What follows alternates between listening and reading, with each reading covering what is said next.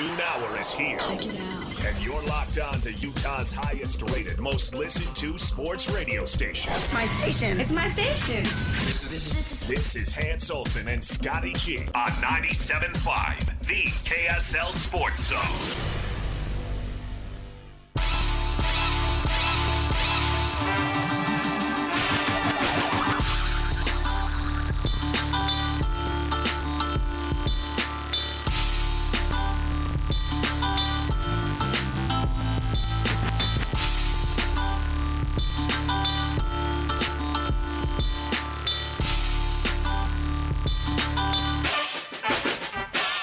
Hey, welcome in 97.5, the KSL Sports Zone. Hans and Scotty, welcome into the program. Day 2 of our 3-day draft spectacular. Day 1 yesterday, the first round of the NBA draft. Day 2 coming up today, although not nearly as intriguing, but it will be starting at 2 o'clock, Hans, and we will have pick number 32 during probably the first segment of our 2 o'clock hour. So whether the Jazz use it, sell it, trade it, whatever they do, it'll probably happen in that early 2 o'clock hour. How much fun was coverage last night?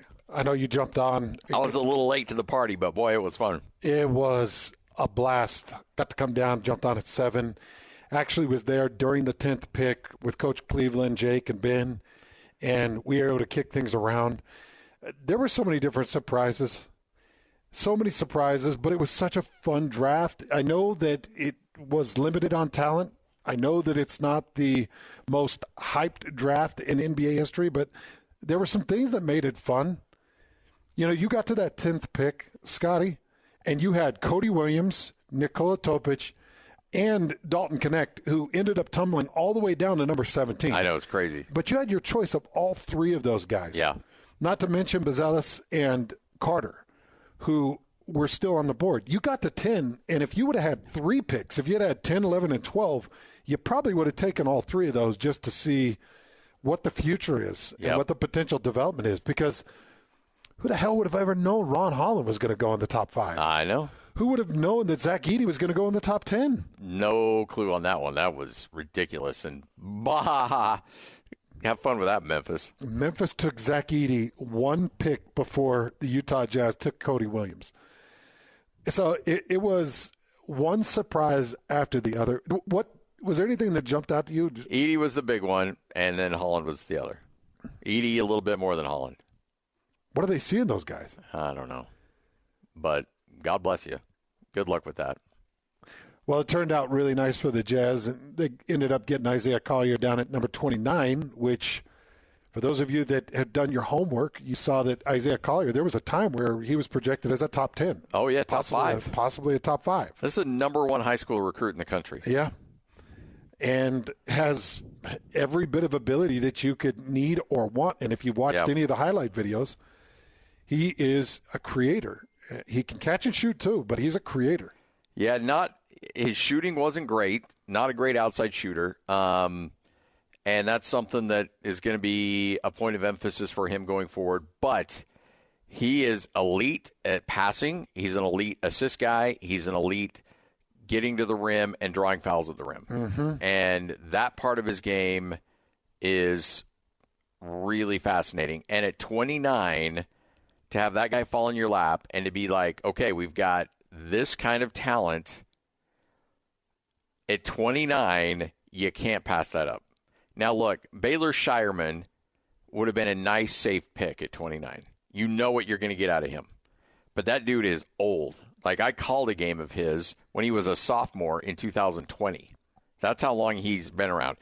You know exactly what you're going to get out of him. And him going to Boston, that's a great pick for them because he'll be immediate plug and play, great shooter. You know, he's a good player. The upside on what you could get for what you got at 29 could far exceed that. Now, it could be far less than that. It could bust on you. But that's the kind of pick you make at 29, where there's an opportunity to really blow it up and really have something great, or you took a flyer and it didn't work out fine. It was a 29th overall pick. No harm, no foul. I actually think Cody Williams is kind of in the same boat. I think that there's more certainty that he will at some point be the guy or be a guy, but I feel like he's a developmental project. I feel like he's going to take some time. Well, he's 19. Yeah. Yeah. He's just a baby. And he dealt with the injuries at Colorado. But again, extreme upside there. And David Locke mentioned yesterday and mentioned last night as well, he had two guys that he felt like could be all-stars in the draft. And Cody Williams is one of them. Okay, so when it got there to number 10, and Williams, Topich, Connect, and Carter were all still on the board, you feel like the Jazz got the better of the group? I do, because I thought of all those guys, I thought Cody Williams would be gone before 10. Connect, I felt like there was a chance he could be there at 10. Carter, I felt like there was a chance he could be there at 10. Topich with the injury. Did you even see a mock that had Cody available at 10? Nope. Me neither. Yeah. I didn't either. So just based on that, look, I'm not huge evaluator of talent guy, so take that with a grain of salt. I'm just going by where I thought a player would go based on what would be available at 10, and the fact that he was available at 10 makes me believe that should be the surefire pick there. Yeah. Yep. Well, we got best available. We got the second round coming up. I've got some ideas on where I hope the Jazz go. Well, let's get to it. Hans and Scotty, it's your starting lineup right here on The Zone. This is Hans and Scotty G. Let's go. The lineup is set, and it's time to kick off the show with the biggest topic of the day. This is the starting lineup on 97.5, the KSL Sports Zone. Hans and Scotty, 97.5, the KSL Sports Zone, your starting lineup, and the show brought to you in part by Mountainland Supply, where the pros go for plumbing, landscaping, irrigation, HVAC parts, tools, and a whole lot more. Find a location near you at mountainland.com. All right, so, Scotty, you tell me this. Is there anybody out there other than Kyle Filipowski at this point that the Jazz should take at number 32? Really intrigued with Filipowski, for sure. Even if Johnny Furphy is available. Furphy is a guy I would look at as well. I would go Filipowski 1, Furphy 2. Okay, I would too. Now, a lot of people don't agree with that. No. But I think Filipowski gives you more length. I think he gives you a little bit more defensive versatility. I know that Furphy's got a little more mobility, but I feel like Filipowski's length is there. And, he's one of the awkward stories that came out last night, just watching him stand around and name not get mentioned, even though a lot of people projected him falling into the second. There was obvious disappointment on his face, and it probably sucks for him to fall into the second, but I think it's a really nice thing for the Utah Jazz to have him sitting there at 32. Oh, to have those two, because if it's not Filipowski, it's Furphy. Yeah. So really, you've got two options in the first two picks of this second round that starts right around 2 o'clock that we get to see announced. But here we go again, Scotty. Here we go again, buddy. 3 picks. This will be the second year in a row that essentially you've got 3 first-round picks. Yeah. And this will be the second year in a row. You're taking all 3 picks. At least all indicators show that they've got intentions to develop number 10 and number 29 that they took yesterday. Have you heard anything other than that? No. So it sounds like their intentions are to take their draft picks, develop them. There's 5 over the last 2 years. Here potentially comes 6. So you better be really good at identifying and developing these babies. Well, because this is what the G League's for, right? Yeah.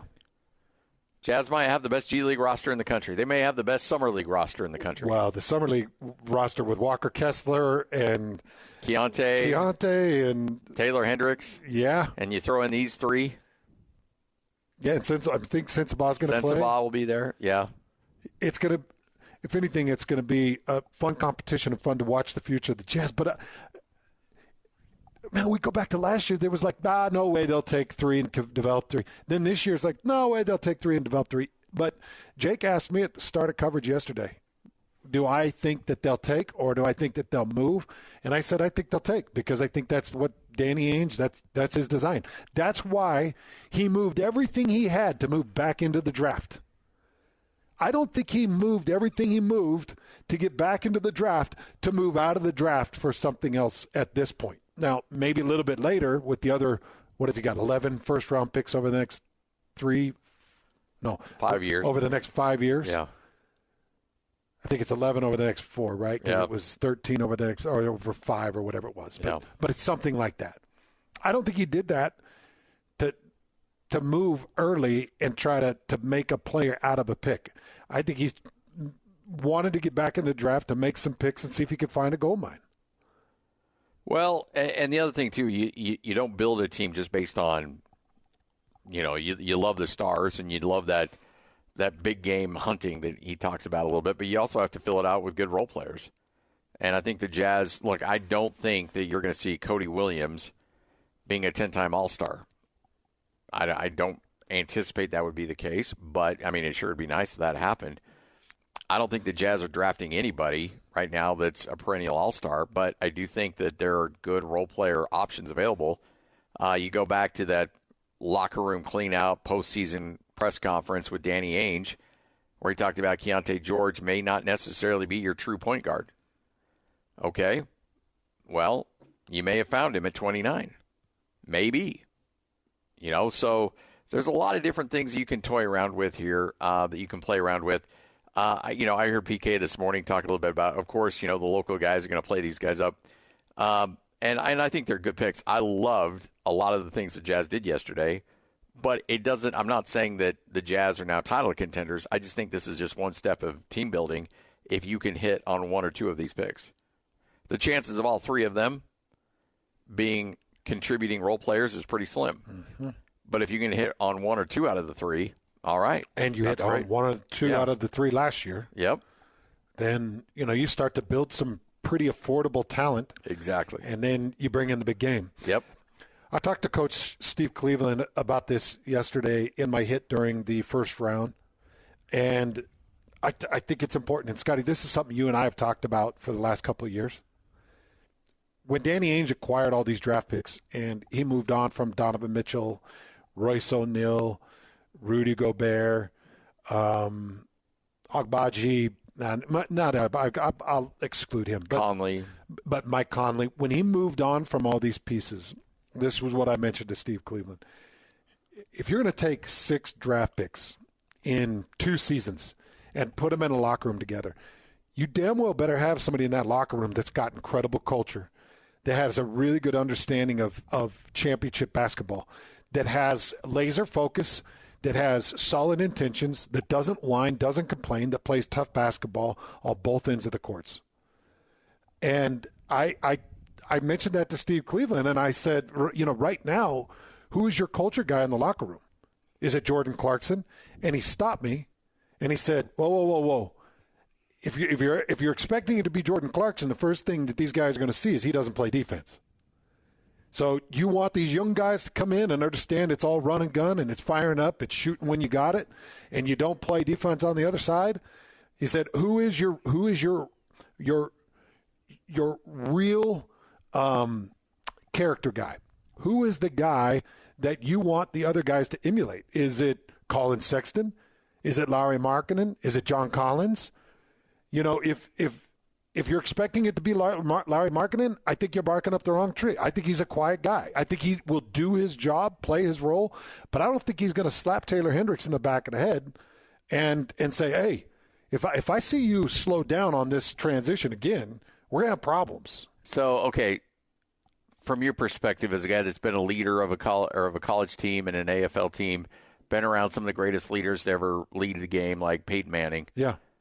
When you talk leadership, you're not just talking about making sure you're doing your job your best, but how you interact with others. How you interact, how you handle it. Yeah, I told you, one of the more fascinating things for me growing up in the football world was watching how Peyton Manning handled his business early. When we're sitting at camp, he comes around to every rookie's breakfast table, sits down and has breakfast with every rookie, lineman or otherwise, defender or otherwise. Sat down, asked your name, picked your brain, and then what was crazy is him and Marvin were the first guys on the field, and they showed you how to do it. They didn't just tell you how to do it. They showed you how to do it. And they show you how to run your business, and they show you that it's important, and it is a business. And if you're expecting to make millions, you got to put millions back into your body, millions back into your craft. You got to put millions of hours, millions of time, millions of minutes back into what you do. And that's the way you become a champion. And I'm just looking at him like, okay, well, who is that guy that every one of these young guys is looking at? Maybe it is Lowry. Maybe Lowry handles his business like that. And maybe just his example on the court and in the practice room and in the meetings and in the film room, maybe that example is enough. It's what I was talking to Coach about. That's why I wouldn't mind seeing a Jimmy Butler. That's why I wouldn't mind seeing a Klay Thompson, because they've been around at least championship level basketball. They know what it takes, and they'll put their guts into it. I'm not saying that they're at their peak performance, and I am saying that they're going to probably cost you more than what they're going to give you on the court. But man, I want real chemistry. I want real discipline. I want somebody that these young guys, when they get there, they see it. And I know Cody Williams' brother. I know all about him. I know what he does. I know who he is. And I'm sure that Cody has seen his brother and probably taken notes with his brother. I want something bigger and better than that these guys can quickly learn from and understand what their role is. Because they're all impressionable, Scotty. And that's the crazy thing. You get one opportunity to leave a massive impression on a rookie on how to handle your business at the professional level. You get one shot at it. And it's not a coach's job. Even though Steve Cleveland, again, brought up, he's like, hey, look, each of these players has a coach that's assigned to them and works them into the league. We saw it with Alex Jensen and Rudy Gobert. We know the influence there. Mm-hmm. So they better have the right guys set up and established to join forces with these players as they show up to work them into professional style basketball. But I'm just asking for a certain amount of culture, because I want crazy basketball played. I want tough-nosed basketball. I want guys that don't get 3 years into development and start stomping their feet. I just don't like what's happening here, and I got to go find something bigger and better. I want to go where I can win and start holding the Jazz hostage after the Jazz have put millions of dollars and thousands of hours into their development. And these guys are developmental guys. You're going to put a lot of time into them. Yeah, I just don't know who that is, and I don't know if that's available right now. I do agree with your point that you got one shot, though. You get one shot. And that just goes for life in general. And if you got the wrong influences. Yeah. Scotty, you know this in this industry alone. 100%. If you got the wrong influence, it is absolutely detrimental to your young guys coming in. My first influence in this industry was Kevin Graham, and that's why I mistreat producers. And that's why I'm typically late for the show and dress poorly. That's why I've got terrible body odor and don't brush my teeth. That's why I'm pretty much a failure in the industry. That's why you got to be careful when we take you on road trips and the places you like to go to. I'm joking, by the way. I am too. As much as the listeners out there remember Kevin as the little ball of hate, the storm cloud, Kevin did a lot of things professional. Yeah, right? No, Kevin was the consummate. Kevin took a lot of pride in what he did on air. So that's who I learned from. Yeah. Not Lund. You had to break a lot of bad habits. Hold on. Now, great case in point. When I showed up, the first thing Kevin Graham told me was, don't listen to or do anything that Lund does. So, again, it goes back to who are the influences that you have. I'm serious, Scotty. It plays a major role in the professional world. I agree. And it can change the trajectory of an individual. Yeah. And right now, who is it? Is it Jordan Clarkson? It's going to be Jordan or Colin? John Collins, maybe. Colin Sexton? Colin Sexton will have a part of it, but usually, okay, let me ask you this. Doesn't it have to be your best player? Yes. It has to be your best player. Yes. So then it's Larry Markkinen. Okay. And I'm fine with that because I feel like Larry keeps his mouth shut, I do head too. down, and plays on both ends. Now he's not going to be the rah-rah kick you in the butt guy, but he does the work. He puts in the time. And he may not be the vocal guy, but as far as I can tell and everything I've talked to, he doesn't have bad habits in terms of practicing film, and stuff like that. It seems like those habits are good. So you hope that he's not going to scream and yell and do that stuff that we saw in that Jordan documentary and trying to force guys to be better. But his individual work ethic seems to be in a good place. Well, That is my ultimate design for Jazz fans right now. Jazz fans that are listening, and you might hear me and you might be thinking, why is Hans harping on this so much? I want the best for you. I want this team to be a Western Conference power. At some point, I want the Jazz to be able to compete in the Western Conference. And I can tell you right now, because I was in Peyton Manning's huddle for a couple of years, and I got to see it. Mm-hmm. When Peyton takes the huddle, it's full control. Everything is his way. He knew what I was supposed to do. He knew what the center was supposed to do. He knew what his receivers were supposed to do, and there was an expectation. And when you didn't match the expectation, in my case, I got cut. When you don't match the expectation in a game, he'll pull you in the huddle, and he'll say, keep your mouth shut. Everybody's seen the video between him and Jeff Saturday on the sideline, and Peyton walked over to Jeff and said, you just block and shut up. If we're going to pass it, we're going to pass it.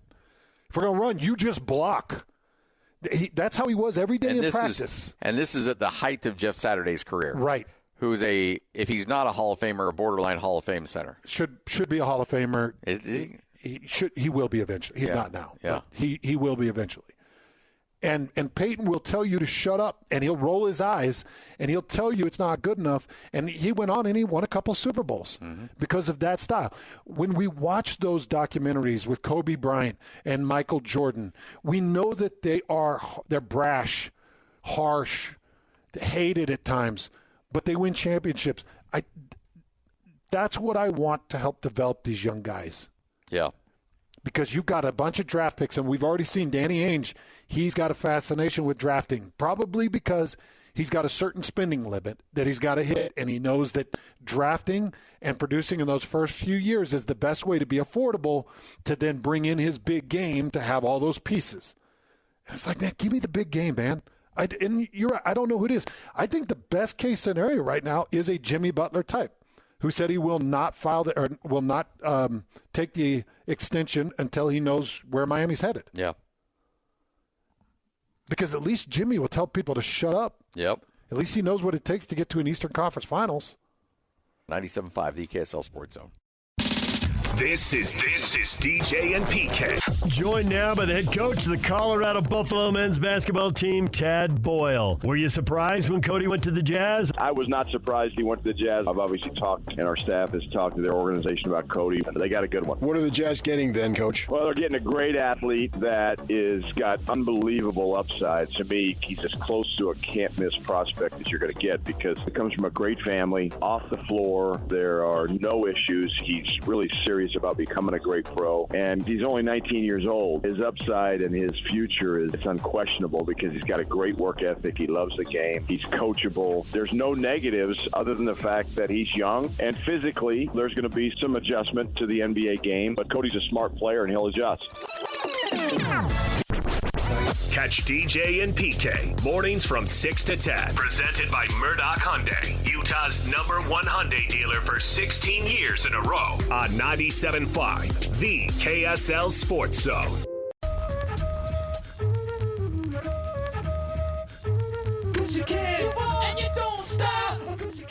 With the 10th pick in the 2024 NBA Draft, the Utah Jazz select Cody Williams from the University of Colorado.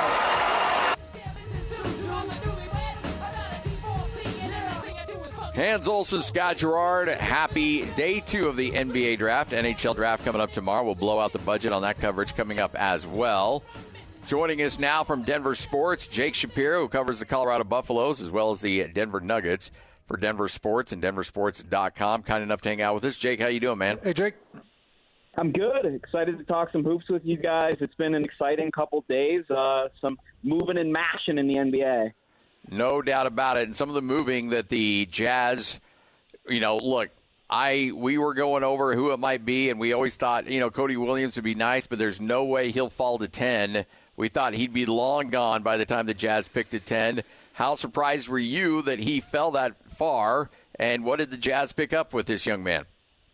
Yeah, if you'd asked me, wow, Cody Williams fell to 10 maybe 4 or 5 months ago, I would have been stunned because this is a guy that was projected to be the #1 pick for a time. If you had told me 3 days ago that he was drafted at 10, I'd be like, wow, that's not that bad for Cody because he was sliding in the pre-draft process.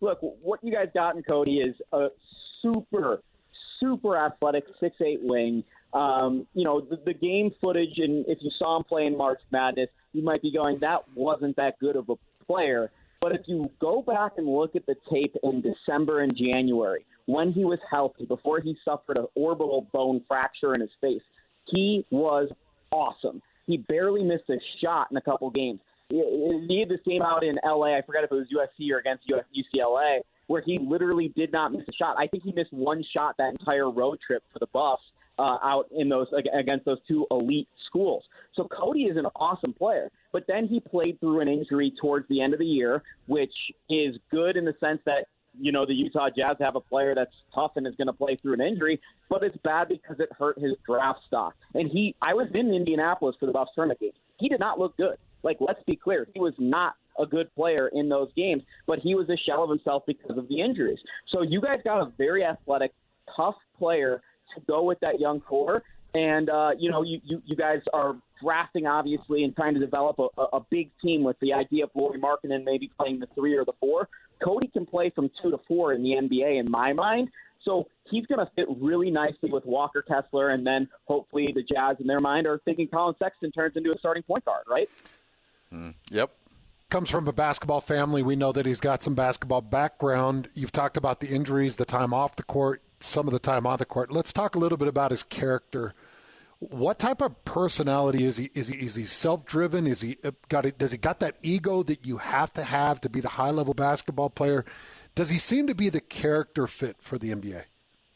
So I'm going to tell you guys something that's going to be really nice in Utah because we have the same problem in Denver. It's always like when you draft an American star and they end up being really good, it's when are they going to leave us, right? When are they going to go to New York or L.A.?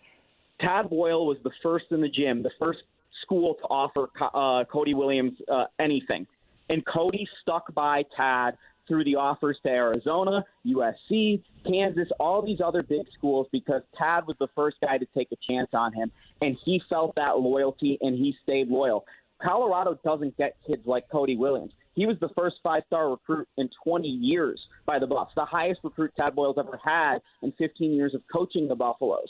So that alone tells you a lot about Cody's character and what he believes. And Tad Boyle's not an easy coach to play for, especially as a young player, because he is persistent about playing defense and the fundamentals of basketball. He wasn't going to let Cody just go out there and do whatever Cody wanted because he was a 5-star. No. Tad coaches these players up.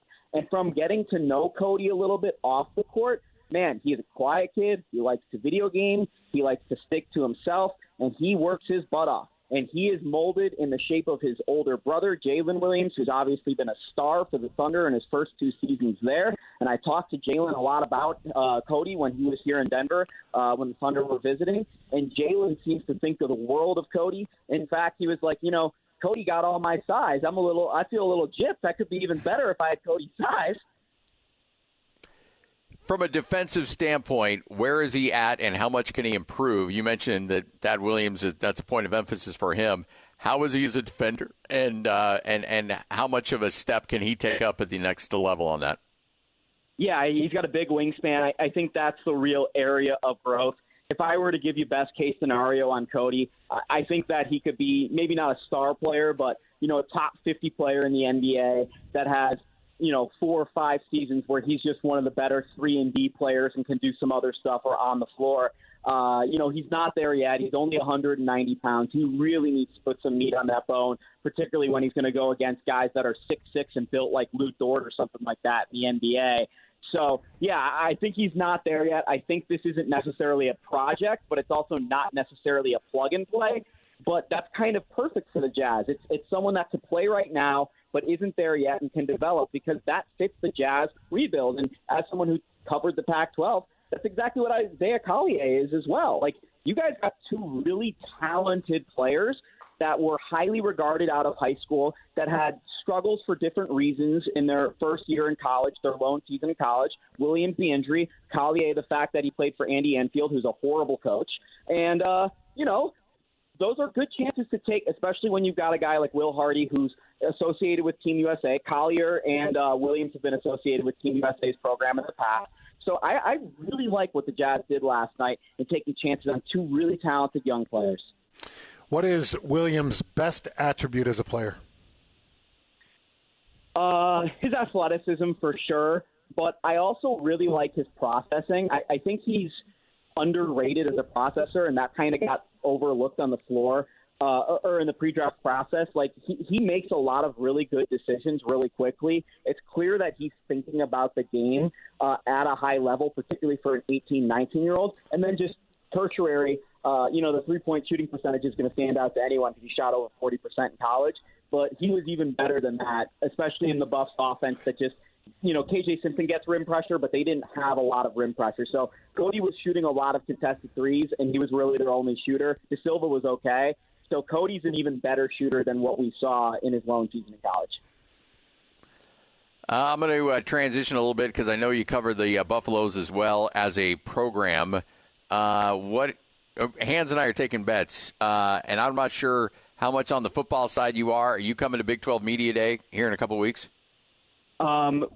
Still up in the air, but I cover the football team quite a bit. So, they're one of the top 10 teams in the country, according to EA College Football today, guys. Exactly. How about that? Yeah, apparently they've got this high-powered offense nobody's quite seen yet. But that being said, what are the odds that Deion Sanders actually shows up at Big 12 Media Day coming up here in a couple weeks? That's a great question because he didn't show up to Pac-12 Media Day last year, as you guys are kind of hinting at. I think that, it's a big stage for the Buffs because they're changing conferences. I think Rick George is going to heavily hint that he should be there. So I would guess that Deion Sanders is going to be in Las Vegas. That's prime time for prime time. And he'll say something that gets everyone and all the blogs going. But he'll also probably say something more interesting on his own blog because that's how he controls the narrative. He releases stuff on his own time. So if you're hoping to go get a question into Deion, good luck. I barely have gotten any in over the last 2 years, so good luck.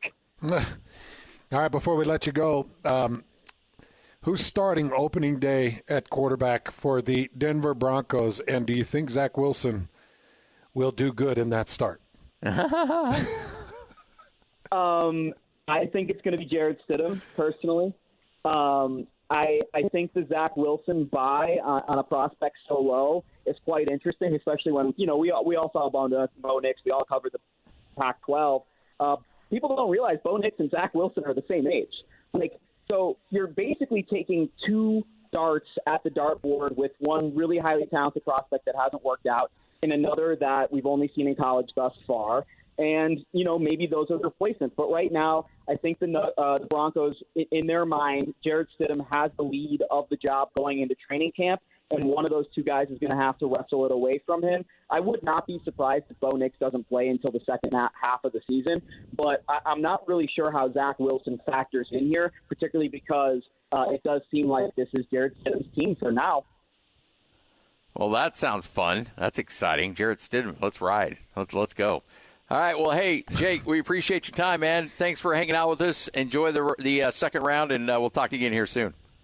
Yeah, I hope the people of Utah enjoy their hockey team tonight. That's awesome that you guys got a team, and that should be really cool to see, Utah on the big stage tonight for the first time like that in the NHL. Avalanche a couple times in the preseason, so we get to see some of that early.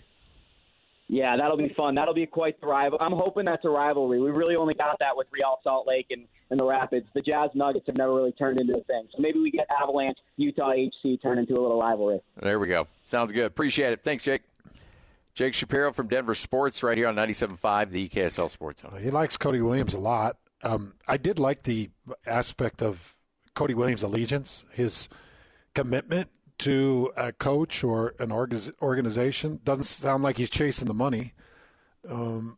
I doubt Colorado was the highest end offer. Oh, I guarantee they weren't. And the most opportunity that he had, but stayed with a coach that stayed with him and showed some loyalty. I really like that aspect because when he does pan out, I don't want him to leave. That's become one of my biggest issues with the NBA. Yeah. Well, and look, you can have all the best intentions and be grounded and down to earth and all of that stuff, but I will go back. You and I sat in that Zions Bank Basketball Center at the end of the rookie year of Donovan Mitchell, and you and I both covered Darren Williams. We saw how fame and fortune turned him, and you and I looked at each other and we're like, I hope it doesn't break him. Yeah. We hope it doesn't turn him. And it did. Like the power of the NBA, stardom in the NBA does something to you that can really change your personality and who you are. It just happens to everybody. You know where I feel like it really turns is in Donovan Mitchell's case. You know, we saw his rookie year, Chris Paul come up to him, hug him, rub his head. We saw Russell Westbrook give him big hugs and, you know, rough him up a little bit and love him up. But what happens is these players end up going to whatever it is, Olympic trial events or all-star events or where they're rubbing elbows with the LeBron James and the Westbrooks and the James Harden, and they're rubbing elbows with these guys. And these guys start putting ideas into their ears. And man, what are you talking about? That's little time show. That's you're acting on a little stage. No, hold on, man. You've got to be a spokesperson for this and this. Like you got to be more representative and be more vocal on this, and this. Oh no, I don't understand what you're trying to do and what purpose you're serving there. Like, what if we join forces and we're here and we're working? I think sometimes those ideas leak into these young guys' heads, and these guys are role models, man. These guys are larger than life to them, and so they just eat up everything they tell them. And by the time they get back to Utah, they think Utah's a bum state. They think Utah fans are bum fans. They think that there's bigger and better things and greener grass. And it just feels like it happens time and time again. Hans and Scotty, 97.5, the KSL Sports Zone, 12:51. Take a break, come back. What you may have missed coming up next right here on The Zone. 3, 2, 1. It's the 10th annual Top 60 and 60. Get your college football fix every day at 1:30 as the Zone counts you down to the start of the 2024 season by listing off the top 60 players in the state of Utah as voted on by the local media and you, the fans. You'll also hear from the coaches as they talk about the players that will impact their season the most. It's the Top 60 and 60, weekdays at 1:30, presented by 5 Star Painting on your home of the best college football coverage in Utah. 97.5, the KSL Sports Zone.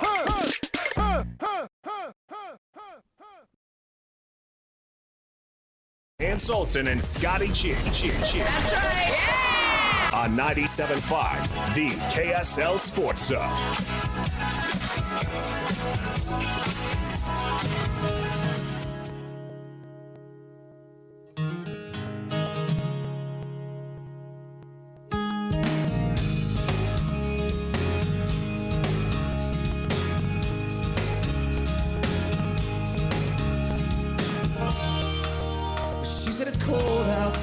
Hans and Scotty, 97.5, the KSL Sports Zone. Hope you're all having a great day. What you may have missed right here on the Zone. And Hans, kind of bumming me out, man. I miss having NBA Finals games. I'm missing having NHL Stanley Cup games. Yeah. And I finally decided I'm going to try to jump into some type of TV show. And I stumbled into something that I don't know why I love, but I love it. Oh, boy. Have you heard much of or seen Love on the Spectrum? Are we talking that spectrum? Love on the Spectrum? Yeah. Is it like Love on the Rocks? It's a Netflix show. Have you not heard of this? I'm a little nervous about what direction you're going on this. Why? I don't know. Tell me about the show. It's just they take autistic individuals and they follow them on their relationship path. Okay. And it's awesome, isn't it, Connor? It is an incredible show. And every different angle of spectrum is unique and incredible. And so they're not making fun of them, or they're not. Oh, not at all. No. This isn't a My 600-Pound Life where it's just there to kind of mock them and stuff. Not at all. Okay, that's good. It's to try to understand the different angles and spectrums of individuals and their understanding of love and their need for love, and also their desire to find lifelong partnership. It's truly an incredible show. Well, that's good, because if it's there to mock these individuals who have been given a poor lot in life and make fun of them because all they want is to find love in life, I was going to be a little upset about it. Well, and that's the thing. I mean, because a lot of this can be really exploitive, ugly stuff. But it's not a show about feeling sorry for these people. It's a show for. Well, I don't know about making fun of them. It's not that either. It's good. Truly like it's a show, like just seeing individuals processing what love is all about. And it's really good. I just started the Australia season. That's how much I'm enjoying this. Wow. But you know how much I love love. No, I do not like series. But this is really good. And, you get into second and third dates, and then you get to see them go meet each other's families, and you get to see weddings. Wow. Yeah, we're ended up with weddings in a lot of these cases. So love on the spectrum. Give it a try. So are they matching people? Like if they're... They are. Yeah, families go over profiles, and they'll go season to season, and different seasons will match up. And they just find partners that try to emotionally match with each other through whatever spectrum they sit in. Yeah, it's brilliant, and it's well done. 1 o'clock straight up, Hans and Scotty, 97.5, the KSL Sports Zone. I have a new segment we're going to debut for the next couple of months, coming up every Thursdays. We're going to call it Big League Thursdays. Kind of get an update on what's going on in the world of bringing Major League Baseball to Utah and the efforts that are being done to try to get that done. Update on the stadium being built in Daybreak, some of the other aspects of Big League Utah and what's going on there. So fun conversation coming up. Ty Wardle was going to join us. He unfortunately unable to do so. So Kraig Williams, communication director for the Bees, is going to join us coming up next. Hans and Scotty, but it's all right here on 97.5, the KSL Sports Zone. Looking for the latest on the Jazz, Utes, Cougars, and Aggies? Yeah, we've got you covered. This is Hans Olsen and Scotty G on 97.5, the Sports Zone.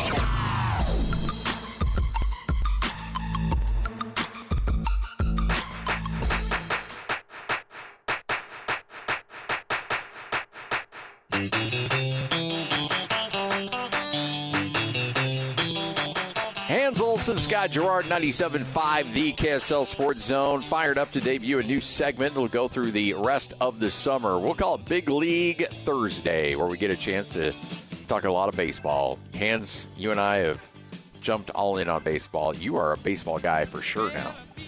I'm loving it, man. And I just want Major League Baseball to come to the state. I want them to pick up a team. I want those guys to be called the Black Diamonds. I like that, yeah. And I cannot wait to get Major League Baseball here. It's something about those parks, something about the game is just really getting into my soul, and I think everybody in the state could actually relate to that. Oh, there's no doubt. Show today brought to you by America First Credit Union, the Big League Thursday debut, and joining us now, communication director for the Salt Lake Bees, Kraig Williams, kind enough to hang out with us. Kraig, how you doing, man? Hey, guys, I'm good. How are you? Doing great. Hey, let's this is a bit of a somber note to start things off, but you knew Steve Klauke for so long. We worked with Steve Klauke. I'd known Steve for 20-plus years. Just meant so much to the state, so much to the media landscape, but the landscape of baseball in the state of Utah was just better for Steve being a part of it, and obviously just horrific news a couple weeks ago, but let's celebrate the life of Steve here for a moment. You worked with him on a daily basis as a communication director. Just talk about your memories of Steve and what he meant to you personally. Yeah, man. Thanks for getting started off with that. I thought you guys did a great job when that news came down. It was really nice to hear all the tributes you guys put together. So thank you guys for that to start. My memories of Steve, I teased Steve last year when we were doing his retirement tour is I was 8 years old when the buzz came in, and my dad had season tickets. So, we went a lot. So my first memories of Steve was every time I drank too much Sprite in the stands, I could hear him calling the game from the bathroom. And I would give Steve, a hard time about that was that was where he was best heard, was in the Smith Ballpark bathroom. But, working next to him for 10 seasons was, it was like a dream come true. You hear about media guys, you hear about people that and you're like, oh, I don't know, are they really that guy? And then you meet Steve and it's like, oh, he's not that guy, he's better than that guy. He's even more accommodating, and he's even cooler to be around, and he tells even worse jokes that I had to boo him out of the press box for all the time. So it's a huge loss, and we miss him a lot. I was watching the NBA draft last night, and I was like about to text him about Dylan Jones, and I was like, oh man, I can't text him to ask him about how happy he is about his Weaver guy getting drafted. So it's a huge loss. I mean, we won't ever be able to replace him, but keep him in our memories is all we can do, and I think that's the best we can do. Any plans to commemorate him at the new park? Yeah, I think I don't think we've officially decided, but yes, there will absolutely be some way somehow. It will happen for sure. I don't know exactly what it is. We're a little bit too far away on that to finalize it, but yes, 100% is going to happen. I do love the little patches and certainly the painted grass too. I don't know what the exact term is there, but the symbol on the field I think has been a nice touch, and it was cool to see the Angels and some of the shirts they were wearing honoring Steve as well. Yeah, I mean they were able to take the logo that we created and they made batting practice shirts for it. And that's not something that we even asked for. That was something that they volunteered for, which is just, it's just really nice. It just goes to show you how many people Steve touched and how much he meant to everybody. And I know the guys that have played here in Salt Lake for a long time and now are up with the Angels. I heard from a few of them that hit him pretty hard. Steve was such a part of their everyday lives when they were in Salt Lake. It's not just missed with us and people in the radio or people in baseball in Salt Lake. It's kind of a big whole worldwide, nationwide, that a lot of people that Steve knew, and there's a gap there now. Kraig Williams joining us here, 97.5, the KSL Sports Zone. I think a lot of us looking forward to that new stadium. Kind of give us an update on how things are looking at down there. Yeah, I was just there about a week and a half ago doing some media tours of it. And I mean, if you drive by on Mountain View or you're out in Daybreak and you look and you go back a couple days later, it's coming up so quickly. I mean, they're pouring just tons and tons of concrete. So right now it's in a very visual area where you can see the progress. Still on track for opening day in April next year. And I mean, we're excited. The plans that they have for it are going to be, it's going to be really great. It's going to be great for the fans. There's stuff for everybody. There's clubs. There's suites that are, right behind the catcher on ground level. There's affordable places. And it's going to be really nice, especially for the players. They're going to get, world-class Major League Baseball level facilities at a AAA park, which is going to be really, really nice for them. It's going to really help player development. It's just going to make them a lot more comfortable while they're here. How much of what you're doing now can lay the groundwork of, hopefully, here in a few years, building a new stadium in that power district? Yeah, I mean, I think in a lot of ways it's like it's a very similar idea, right? Like it's a ballpark that's entertainment centered, district. And the one that we're doing out in South Jordan and Daybreak is kind of going to be like a little version of hopefully what that Major League one comes to be. So, a smaller stadium, a little bit smaller footprint. But I think it's going to give us a chance to really experience it, get all the kinks out, figure out how we're going to do it, how to best do it. And then, we can do it again, hopefully, in the next few years, we can do it bigger and better downtown, which will be really fun. Yeah, Kraig, there was a minute there where we felt like we'd get to host the A's here in the state of Utah, and there was so much excitement surrounding it. What was that process like, at least getting to pick their brain? I know that they came through the stadium, and obviously it ended up being what it was, where they're going to remain, and there was some money implications. But what was that process like, getting to know the A's and kind of your experience with the start of Major League Baseball? Yeah, I think it just goes to show you how much we are on the radar now, right? When you guys came out and you were doing the show when we did the groundbreaking in the Power District, nobody even had baseball in Utah, Major League Baseball in Utah, on the radar as a possibility. Yeah. And then you come back, 8 months later, over the winter, it was like, hey, we're like an actual leading contender to host a Major League team, really, really soon. So I think that was a really good process to go through and just get them, pick their brains, see what they thought about it.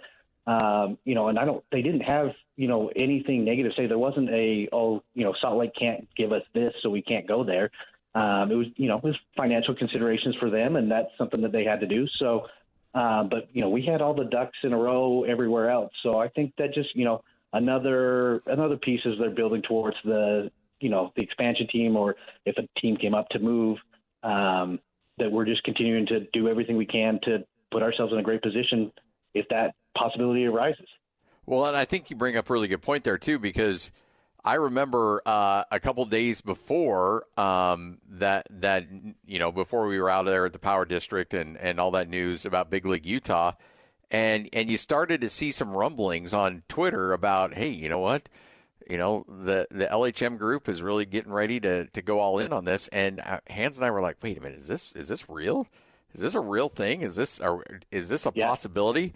And then just how quickly we went from point A to point B, where now, it's just a matter of waiting for the A's in Vegas and the Rays and their situation in Tampa, and then maybe a new TV contract and a collective bargaining agreement before we're just, a couple of years away from Major League Baseball maybe cannonballing into the water of expansion, where Utah could be very well near the top of that list. It happened so quickly that it's amazing maybe it's because we live here and we undersell what we have, but there's a good reputation of Salt Lake City in this market, in this sports market across the country, and what it can bring to the table.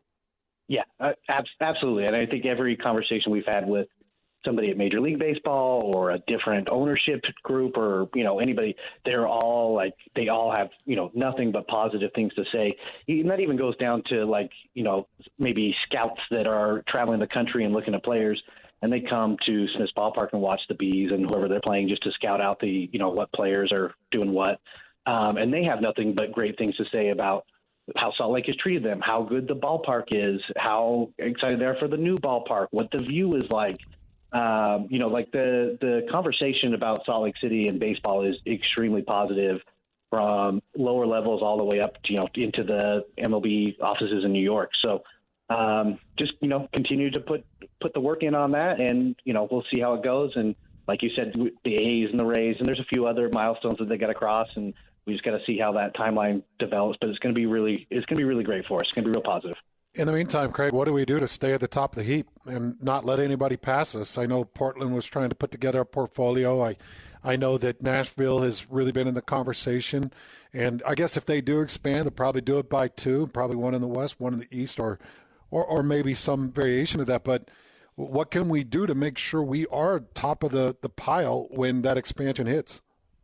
Yeah, I think that's, the commissioner came out and did an interview a few weeks ago with media, and he said one East, one West, and he thought it would be in place, whether they were playing or not. It was kind of fuzzier, but in place before he retired as commissioner in 2029, I believe.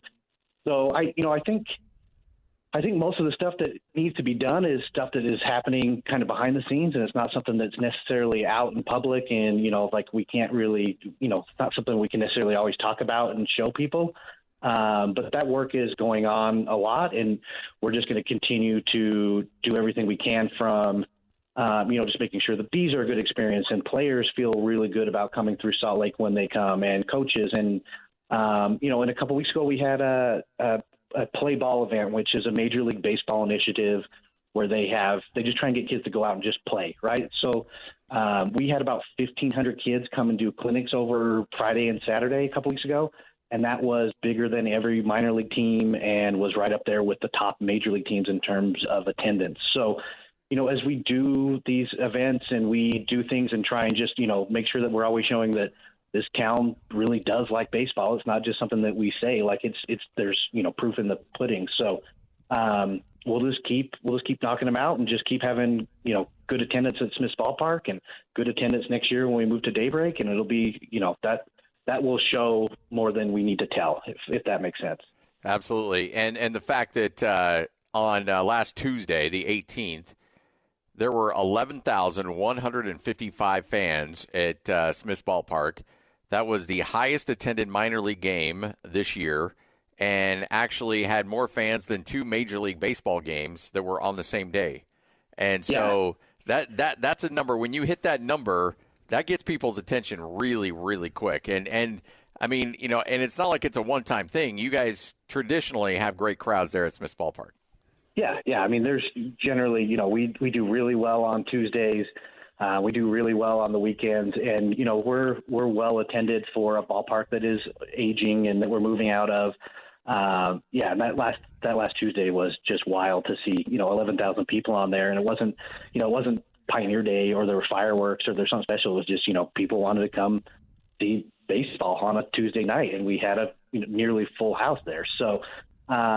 We don't want to rub it in the faces of the teams that we outperform, but it's okay. We're taking some pride in the Bees front office to hey, look at that, we were way better than everybody that day. That's pretty cool. Where do they sit in kind of the average attendance across the minors? We're about by the end of the year we'll end up being about 7,000 people per game, maybe even a little higher. We're hitting peak season right now. We see a huge spike as soon as school gets out, and then July is really big for us with the holiday games coming up. In fact, we have 15 out of 18 games are at home in July, starting with the 4th of July. So there's a lot of home games, and they'll all be very, very big, very well attended. We'll finish at the top end of our league, within probably the top 25 or so of minor league baseball teams. So 15 out of the next 18 games will be at home starting on July 4th. You got 4 firework games in the mix. You got a drone show. You got 3 throwback nights. You got all kinds of fun stuff coming up this month of July, and take the family out. Should be a fun one. Go to slbs.com and get those tickets. And more importantly, Kraig, I know you're up in the press box, so you don't get a chance to sneak down very often, but if you had one food item of choice that you're getting from a vendor down there, and I don't want you to play favorites, you can name a few, but are you the loaded dog guy? Where are you going because I know there's a lot of great food options there. Yeah, you know what? To bring this conversation full circle, Steve Klauke turned me into a Chicago dog guy, with the neon green relish and the sport pepper and mustard, no ketchup ever. Yeah, Steve was very anti-ketchup. Yep. Yeah, heard that conversation a few times over my life. But that's my go-to. Just the ballpark staple. Just you got to have a hot dog when you're at the ballpark. But there's some really good at the Frank stance. They have a few different options: the Southwest dog and the All-Star dog, that are extremely popular. But a classic Chicago dog is mine. Love it. Again, go to slbs.com, get your tickets, get out to the ballpark. People are noticing how many people are going to these games, and it's a great way to spend a summer evening for sure. Just sitting back, drinking a beverage, eating a dog, and just enjoying the atmosphere. Doesn't get any better than that. Kraig, we appreciate your time on the debut episode of Big League Thursdays, brought to you by America First Credit Union. Can't thank you enough, Kraig. Appreciate your time. Thanks, Kraig. Thank you, guys. Have a good one. You got it. Kraig Williams, Communication Director, right here on 97.5, the KSL Sports Zone. We'll do it every Thursday at 1:05, right here on 97.5, the KSL Sports Zone. Ladies and gentlemen, may I present... This is JJ and Alex. Mitch Harper, BYU Insider, KSLSports.com. Their expectations should be for 6 right now. And I think they can get to 6. And I think it's interesting when comparing Utah's, their transition to the Pac-12 back then and the early 2010s in this league for BYU. Utah arrived in a league that had a hierarchy of USC, Oregon, with their flying high with Chip Kelly. This league has nothing. They might be changing its name to a corporate sponsor. This league has nothing, yet it has, if you win it, you will play in the playoff. Yes, you want to have kind of modest expectations, but at the same time, you have a real chance to set the hierarchy of what this new league is going to be, and you want to go chase it and be in the upper tier of that thing. Catch JJ and Alex afternoons from 3 to 6. Presented by G2G Bars on 97.5, the KSL Sports Zone. Number 1. Miss any part of the show? Every moment of every show is available in podcast form by searching Hans and Scotty on your favorite podcasting platform or online at KSLSports.com. This is Hans Olsen and Scotty G on 97.5, the KSL Sports Zone.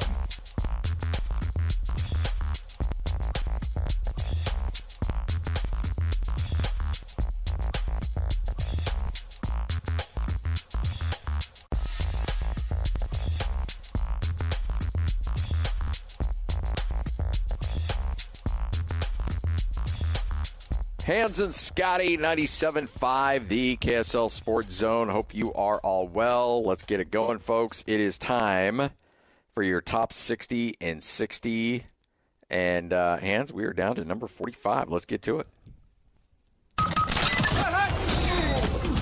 This is the top 60 and 60.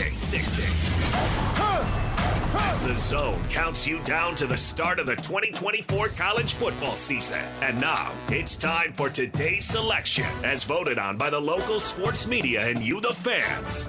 While our next selection fought through injuries in 2023, no one doubts his ability to anchor an offensive line when fully healthy. And he'll be a much-needed force for the Aggies' offensive line this upcoming season. Checking in at number 45 from Utah State University. 6'1", 295-pound offensive lineman, Filipowski. Utah State University head coach Blake Anderson. Filipowski is the heartbeat of the offense. He is the center. Everybody knows he's the leader up front.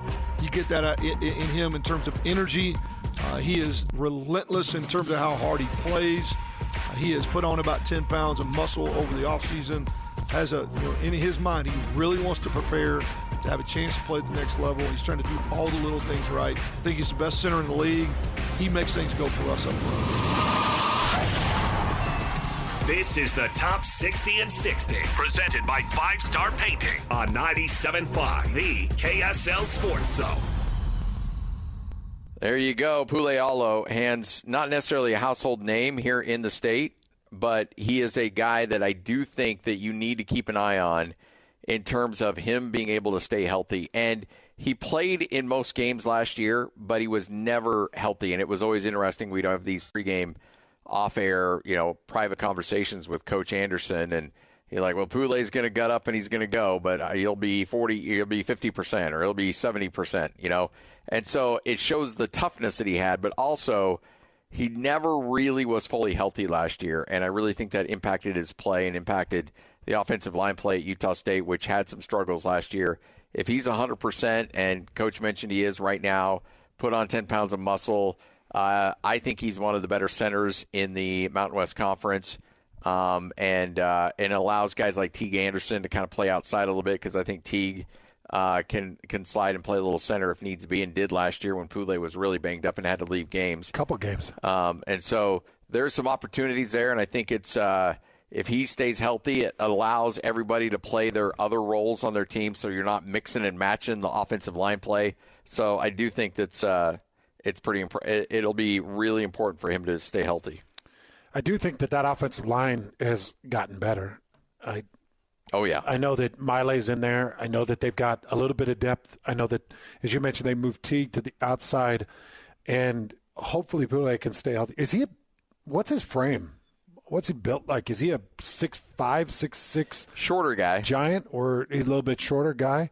Because when you listen to Coach Anderson talk about what he means to the team, Coach Anderson didn't mince words. He was like, he's the heartbeat of our offense. And that is surprising to me. 6'1", 295.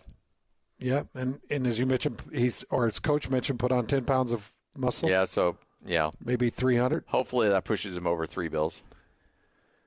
But again, that's not a bad build for your center. Yeah. You don't necessarily want a 6'5", 6'6" guy at center. No, anything 6'1" to 6'4" is great for a center. I mean, you can move size into center spot, but we've seen so many centers that do well with that low center of gravity, and they keep their head out of these passing lanes. That offensive line, that is your biggest question mark at Utah State, honestly. If you get that offensive line going, you've got, I think Spencer Petras has a chance to be a really good quarterback. You got great wide receivers. You got great running backs. Brock Lane at tight end. That can be a uber dynamic offense, but it all starts up front. And you know what this offense can be when Coach Anderson has the rhythm? It can be a national classed offense. I mean, they put up crazy numbers last year with a lot of weirdness going on at quarterback, a lot of injuries on the offensive line front, and they still scored a ton of points and threw for a bunch of yards. I mean, it's new defense going on this year a little bit. Yeah. And that frankly only has one direction to go, and that's up, because it was not good last year defensively. All right, Hans and Scotty, revisiting last night. Hans had a chance to be a part of couple conversations. I know you were part of the show. I came in a little bit later on in the show as well.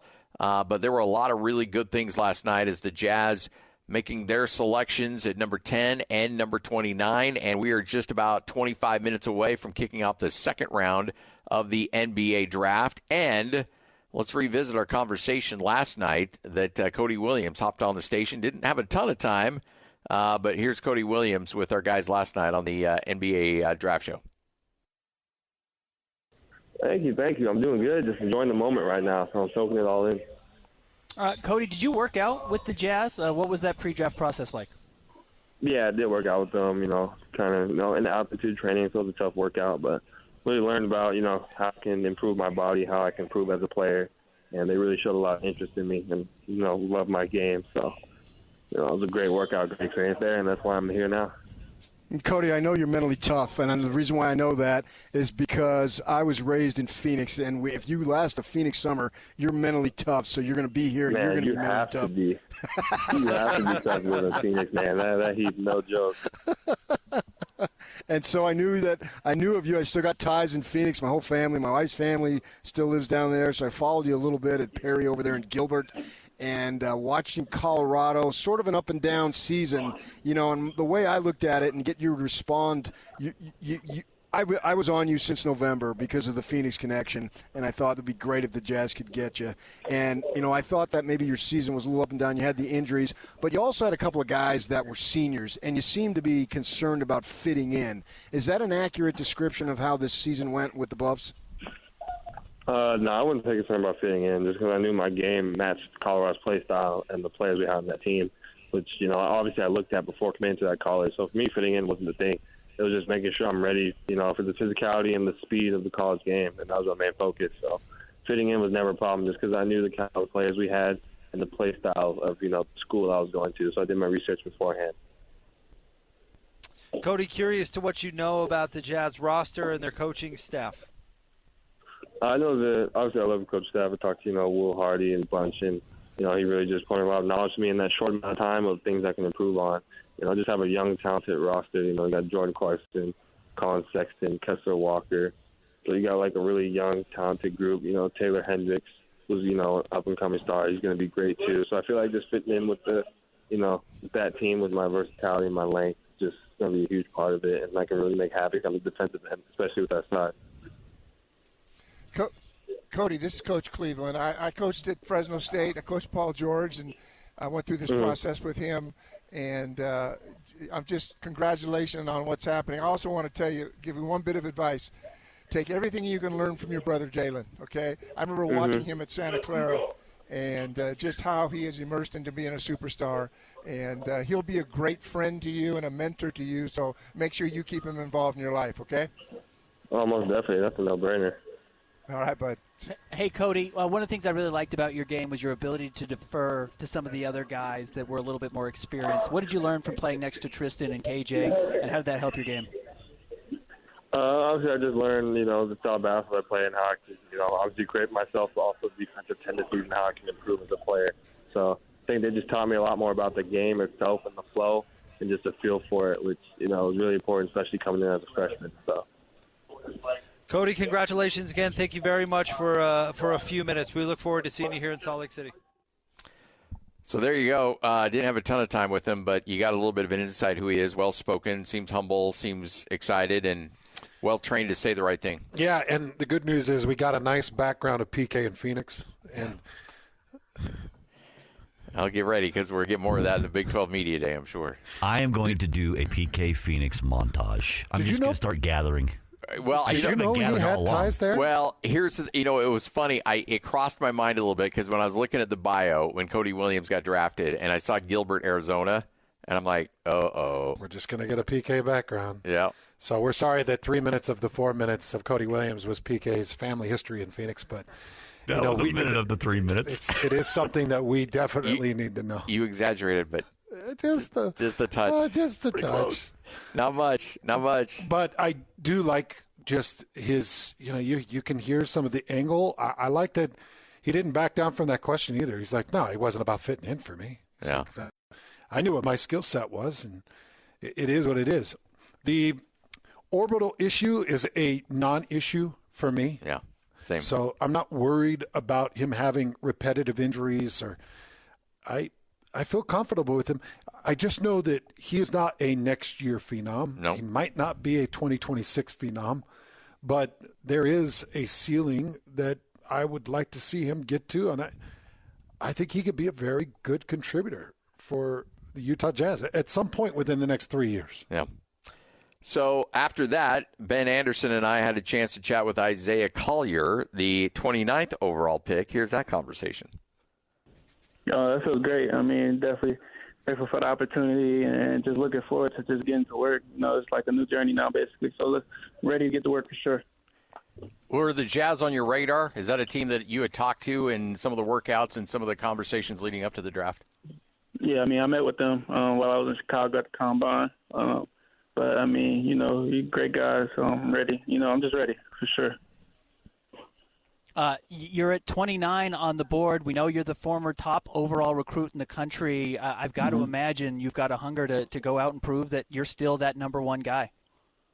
I mean, for me, it's just, making winning plays. For me, it's just going out there and just proving, that I belong, just in the NBA. So, I mean, I'm just looking forward to it all. Grateful for the opportunity. I thank you, to the Jazz just for giving me the opportunity. And, I'm ready to work. For Jazz fans that were unable to watch you at USC that aren't familiar with your game, kind of give us the notes on who you are as a player, your strengths, and what you bring to the table. I mean, for me, I'm just evolving every day. So trying to get better every day. True point guard, looking to get everybody involved, could score it a little bit, and I'm going to be that two-way player for sure. So I'm just looking forward to, just showing all those, abilities and not just talking about it, but actually doing it. What do you know about the Jazz? What do you know about Utah? I mean, I don't know too much about Utah, but I know, a couple familiar faces on there, especially as far as his Georgia guys, and then Keontae. As far as just, him being out there in LA this summer, I got to, see him a lot this summer and work out with him. So, I mean, cool guys, and just looking forward to it. One thing that really jumped out at me when I was watching you and your play this year was your ability to get to the rim and then draw fouls at the rim, your ability to finish and then get to the free throw line. Is that something that has always been a strength of yours, or how much work has gone into to develop that? I mean, yeah, for sure. I mean, for me, it's just, try to, make everything, good about my game. So I'm just trying to improve every day on it. So for me, just showing it. I don't think I had like the best college season, but I mean, it's a process. So I'm looking forward to it. How do you feel about your pre-draft process and kind of how that went? Like you talked about, it was a difficult season in college, but you come out, you can shift your momentum and mentality now towards the pros. How did that go for you? I mean, the pre-draft process was great for me. Got better every single day. Learned a lot for sure. I mean, and just broke down a lot of film and just learned the ins and outs of, the NBA type style play. So for me, it's just, getting to, work for me. So, yeah. Season didn't go the way you wanted at USC. You dealt with that injury back in January and February. And frankly, it would have been easy for a lot of guys to shut it down and just say, you know what, I'm just going to get ready for the draft. You came back and wanted to help your team and finish the season strong. Kind of walk us through that decision, because I think that says a lot about who you are as a person and as a player. Yeah, I mean, I'm a competitor. I mean, so all I want to do is just, win games and do anything for my teammates to, help them win games. So, I mean, I'm not a selfish guy. I mean, I always want to play if I can play. So, I mean, for me, it's just, I'm going to do anything, to, put myself in the game to, win. I mean, in those positions for sure. There you go. Isaiah Collier, as interesting perspective there with a guy that never in a million years thought, I mean, and this, by the way, when I say this isn't a knock on Dylan Jones. The fact that Dylan Jones at Weber State went higher than Isaiah Collier at USC blows me away. You got to be kidding me. Blows me away. I know. When I saw it, I was like, I was happy for Dylan. Oh, yeah. And again, that's not a knock on Dylan Jones. Not at all. It's just, let's go back in the time machine to the beginning of the season and say, hey, guess what? When this whole thing plays out in June, this is the order these two guys are going to go. Well, I'm just going to say that the entire slotting of the first round didn't make a lot of sense. There were probably 6 or 7 different picks in different areas that it was like, I think you probably you just took him at 7. You probably could have got him at 27. Yeah. There were picks that just didn't make a lot of sense. And then watching Dalton Knecht fall from what could have potentially been 7 or 8 all the way down to 17, and you're like, geez, I can't make sense of anything. And then watching Jones and watching the Jazz and their selection and process and what they had, the ability to pick up, it was not what I expected. No. And I'm wondering if the second round and the start of the second round, which we're going to be kicking off here pretty soon, I'm wondering if we're going to see some surprises in that with the Jazz. Very well could. They're just, you look at the players that are available at 32, and I'm with you. Like, I make the selection now. Like, unless you get a haul of stuff back, I'm taking a guy at 32 now. I'm not messing around. You got some good talent available. I am with you. Yeah. All right, Hans and Scotty, this is 97.5, the KSL Sports Zone. Whole World News next. Then Ben Anderson will join us coming up at 2 o'clock. We'll kick off your NBA draft show for round number 2 right here on 97.5, the KSL Sports Zone. This is Jake Scott and Ben Anderson. Well, what's the plan with the Jazz? Well, do you think that Brad Stevens could forecast the future that Milwaukee would make one of the more unintelligent trades in recent memory? Here's the plan, everybody.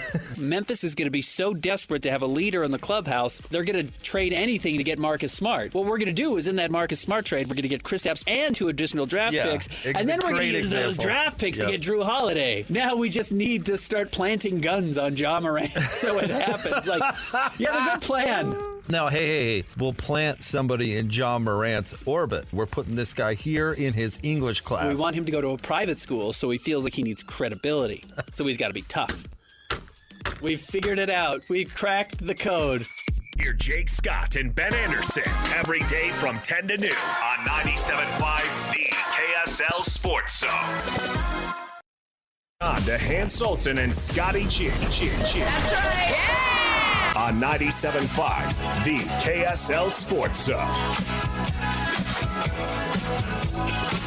Hans Olsen, Scott Gerard, 97.5, the KSL Sports Zone. We're just a few minutes away from getting you second-round NBA draft coverage, as the NBA, for the first time, has split up their coverage from a whole day of day 1 and day 2 to splitting it up over 2 days, and we will have pick number 2 of the second round, with the Jazz holding that 32nd overall pick, coming up in the next segment, Hans. So we're not going to waste any time. We're going to get to it. And I don't know if there's a ton of mystery surrounding who it was going to be. I think seems like it's one of 2 people. Number 31 and number 32 feel pretty slotted. Yeah. Pretty slotted. So we'll talk about those 2 picks with Ben Anderson, what the best fit will be, and could a Kolek or a Klintman or one of these other Europeans, could they slip in and possibly replace a Filipowski? I still think that there's surprises available. There's no doubt. We'll kick off day 2 of the NBA draft next, right here on 97.5, the KSL Sports Zone. It's draft night, and the Utah Jazz are building towards the future. You're listening to the Zone's Utah Jazz draft night coverage on 97.5, the KSL Sports Zone.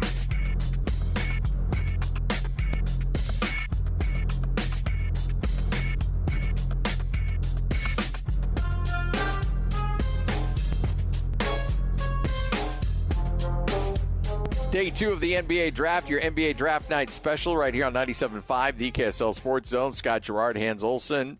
Back in studio is Ben Anderson. Ben, how you doing, man? Hey, Ben. Doing good, guys. Thanks. So let's just get right out to it. The Jazz will essentially could very well have their choice. Could either have Johnny Furphy or Kyle Filipowski. Toronto will be picking at 31. Then the Jazz will be at 32. They could have one of those 2 guys. Do you think it will be one of those 2 guys? That would be my strong guess at the moment, but, it really could be wide open. I'm telling you, I was surprised the Jazz went in the direction of Isaiah Collier last night when someone like Baylor Shireman was still on the board. Now, it makes sense. It totally tracks with what Danny Ainge has done historically, but it was a little out of left field where I thought maybe Shireman was going to be the direction they went. And they went really high upside again. So Filipowski, Furphy, they're still young. They're first and second year players in college. It's not like they're low upside guys, but maybe they really want to take a swing at this thing. Man, I said it yesterday during the draft show that I got to be a small part of, and had a blast with you guys. And I'm going to say it again today. Danny Ainge loves his draft picks, Ben. Are we really going to see 3 drafted and 3 kept again? I guess if there's only one player that they're, in love with at this point, that they're willing to draft and give a basically guaranteed contract to. I know that's technically not what happens with second-round picks, but they're going to end up giving guaranteed money. This is not a player who's going to end up on a two-way. If there's only one player and that person gets drafted at 31, maybe they trade out. But I'm with you. I think Danny Ainge is just kind of tantalized by the idea of adding more players. And I'm sure there are a couple of guys on the board that the Jazz had in the early 20s on their big board that are still out there. And they think, okay, well, we're going to get one of those guys, so we're going to hold on to this pick. And it's funny to make 6 picks in 2 years, knowing that next year they have 3 more first-rounders most likely. Well, and yeah, so you get another 3 you got to play with for sure. But, that's the thing that's interesting. When you get guys of that caliber, though, Filipowski and Furphy and other guys that I'm sure other teams had as first-round talent, that means there's some value there. What are the parameters of second round, if you get really nerdy with this, of what the Jazz could conceivably get and what the opportunities are there in terms of asset accumulation for that 32? Well, Oklahoma City traded 5 first-round picks to move up to the 25th pick or whatever to get Dylan Jones. So 5 second-rounders is a lot. You're not going to get that because you're in the second round now. It's not a first-round pick, and you lose some things with that. So, is it 4 second-rounders? And then is that enough in a future to trade those 4 first-rounders to get back into the first round somewhere? So essentially, in the long haul, you're trading your 32nd pick for a future first-round draft pick, and is that something you're interested in doing? I think if there was a player the Jazz were trading, we probably would have heard about it already. We've seen some moves already been made earlier in the day. Nothing spectacular, nothing big, but a couple of names being moved around for some of these second-round draft picks. I think we probably would have heard about it at this point because they've had all night to work on it. So you could probably get more than 3 second-rounders for this pick would be my guess, maybe 3 at the very minimum. And then if you want to do that, you can take a swing because there's a chance that you end up with 3 picks in the 30s again, and that's you continue to get those guys who fall out of the 20s that you had first-round grades on. Many, many non-American-born players taken in the first round, and still many, many non-American-born players available. One of my favorites that's available is Bobby Clinton. But you've got guys like Juan Nunez, and there's 2 or 3 other guys that their names are just slipping my mind right now that are available. Utah Jazz not taking a European, even though they had a lot of success with Larry Markkinen, Rudy Gobert, and other European players. Is there a possibility that they find a way or have any ideas or designs to get a European player or non-American-born player? Yeah, you could draft and stash a player, absolutely. I would think that's probably a little bit more likely if they were later in the 30s because, again, they're just going to have their pick of who they want here. Basically, outside of one player, they're going to have their choice of who they want to take. So if they felt like, 3 of the guys we wanted on the board, but we're drafting at 37 and they're just not there anymore, you take Nikola Jurisic and you draft and stash him. Or Juan Nunez, who's a draft and stash guy potentially. You could absolutely do that. I kind of suspect they're just going to make this pick and hold on to it, and you're going to see that guy. If Pacome Dadier had still been on the board, he ended up going in the early 20s. Had he been available, I could have seen the Jazz really taking him and stashing him. He was one of those guys who was right there in that 20 range. I think he went to the Knicks, if I'm correct. But regardless, that's one of the names I could have seen the Jazz doing and drafting and stashing here. But I see a first or second year college player or maybe even a G League player come to the Jazz here. All right, so let me ask you your thoughts. You're Danny Ainge, and for whatever reason, let's say something comes out of left field. Toronto takes a player that you weren't expecting. It's not Filipowski or Furphy. So you have your choice of those 2. I believe, is it Kevin Pelton who had Furphy in his top 10? It's like number 4 on his big board. Yeah, it's like number 4. He had him at number 4, number 5 overall. You're talking about Furphy? Furphy, yeah. So I like Filipowski more than Furphy. But so if you're picking, and Hans, I want to get your thoughts as to why you would take Filipowski over him. Which of those 2 would you go with? Okay, let's play devil's advocate because if you like Filipowski more than Furphy, I'll just say I like Furphy more, even though I can look at my big board or my mock draft and I've got Filipowski in the teens above Furphy. But just play devil's advocate here.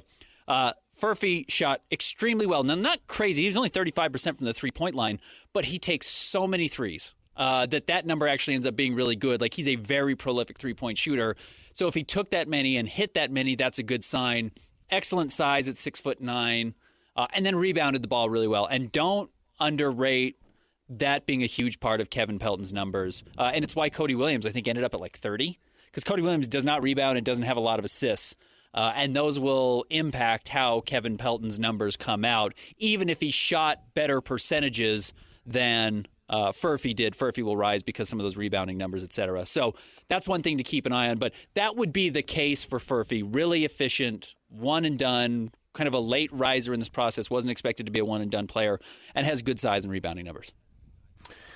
Okay, so just on the other end of that with Filipowski and what I'm thinking, Scotty, I just feel like the league is heading in a direction, where we saw Porzingis play a role, and when Porzingis got back on the court for Boston, actually made a pretty solid difference.